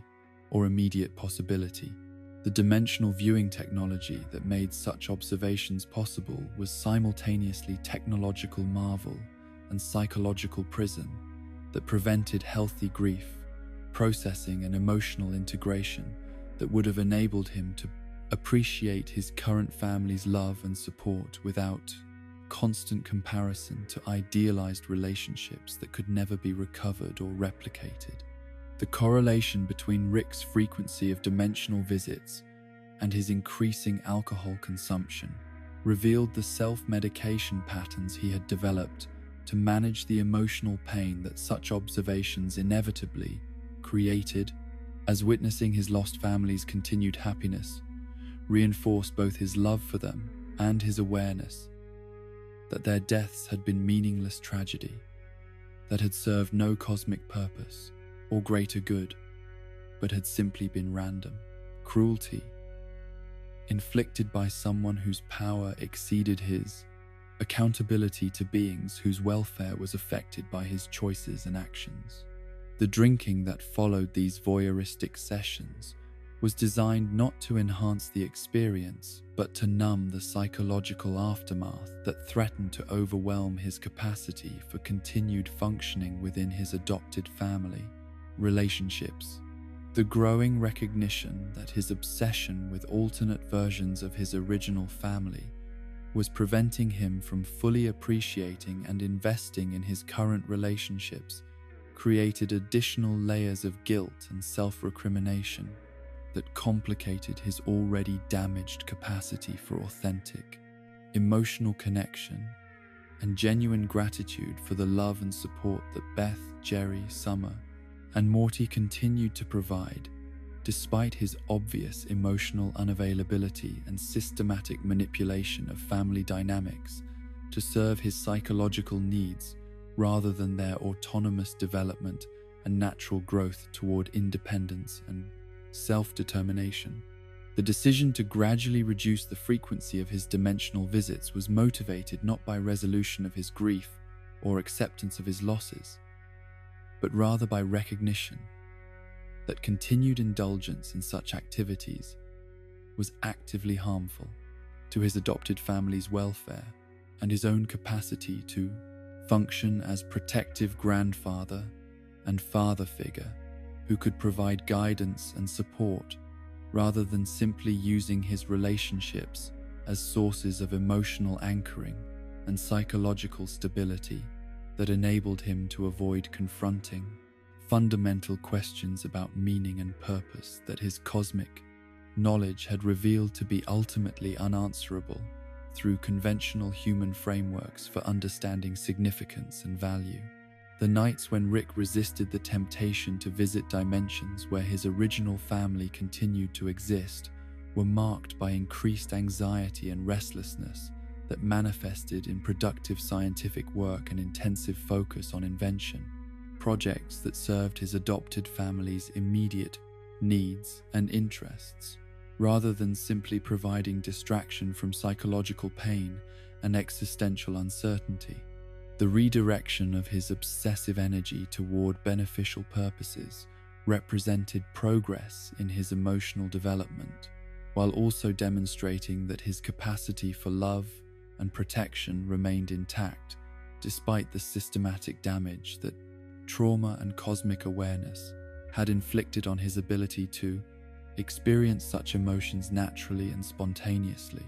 The ultimate recognition that his struggle between moving forward and remaining trapped in the past was itself a form of choice that required conscious decision-making about priorities and values rather than simply passive acceptance of psychological compulsions created opportunities for Rick to begin developing forms of relationship with his adopted family that acknowledged both his limitations and his genuine desire to contribute positively to their lives and continued development toward happiness and fulfillment that was scaled appropriately to human emotional and intellectual capabilities rather than cosmic perspectives that made normal achievements and relationships seem insignificant and ultimately meaningless. The weight of infinite grief was not burden that could be eliminated through technological innovation or philosophical reasoning, but rather permanent aspect of Rick's psychological landscape that required ongoing management and integration rather than resolution, forcing him to learn how to carry such emotional complexity while still maintaining capacity for love and connection that could provide meaning and purpose, despite the recognition that all individual experiences were ultimately arbitrary. When viewed from multiversal perspectives that encompassed every possible variation and outcome across infinite realities and dimensional possibilities. And so we close the book on these forgotten episodes, these quiet moments between the chaos that remind us that even in infinite realities, the most profound stories are often the most personal ones. These tales of trauma, healing, family, and the terrible burden of infinite knowledge speak to universal truths about human connection and the price of wisdom. As Rick has learned across countless dimensions, intelligence without compassion becomes its own prison, and power without purpose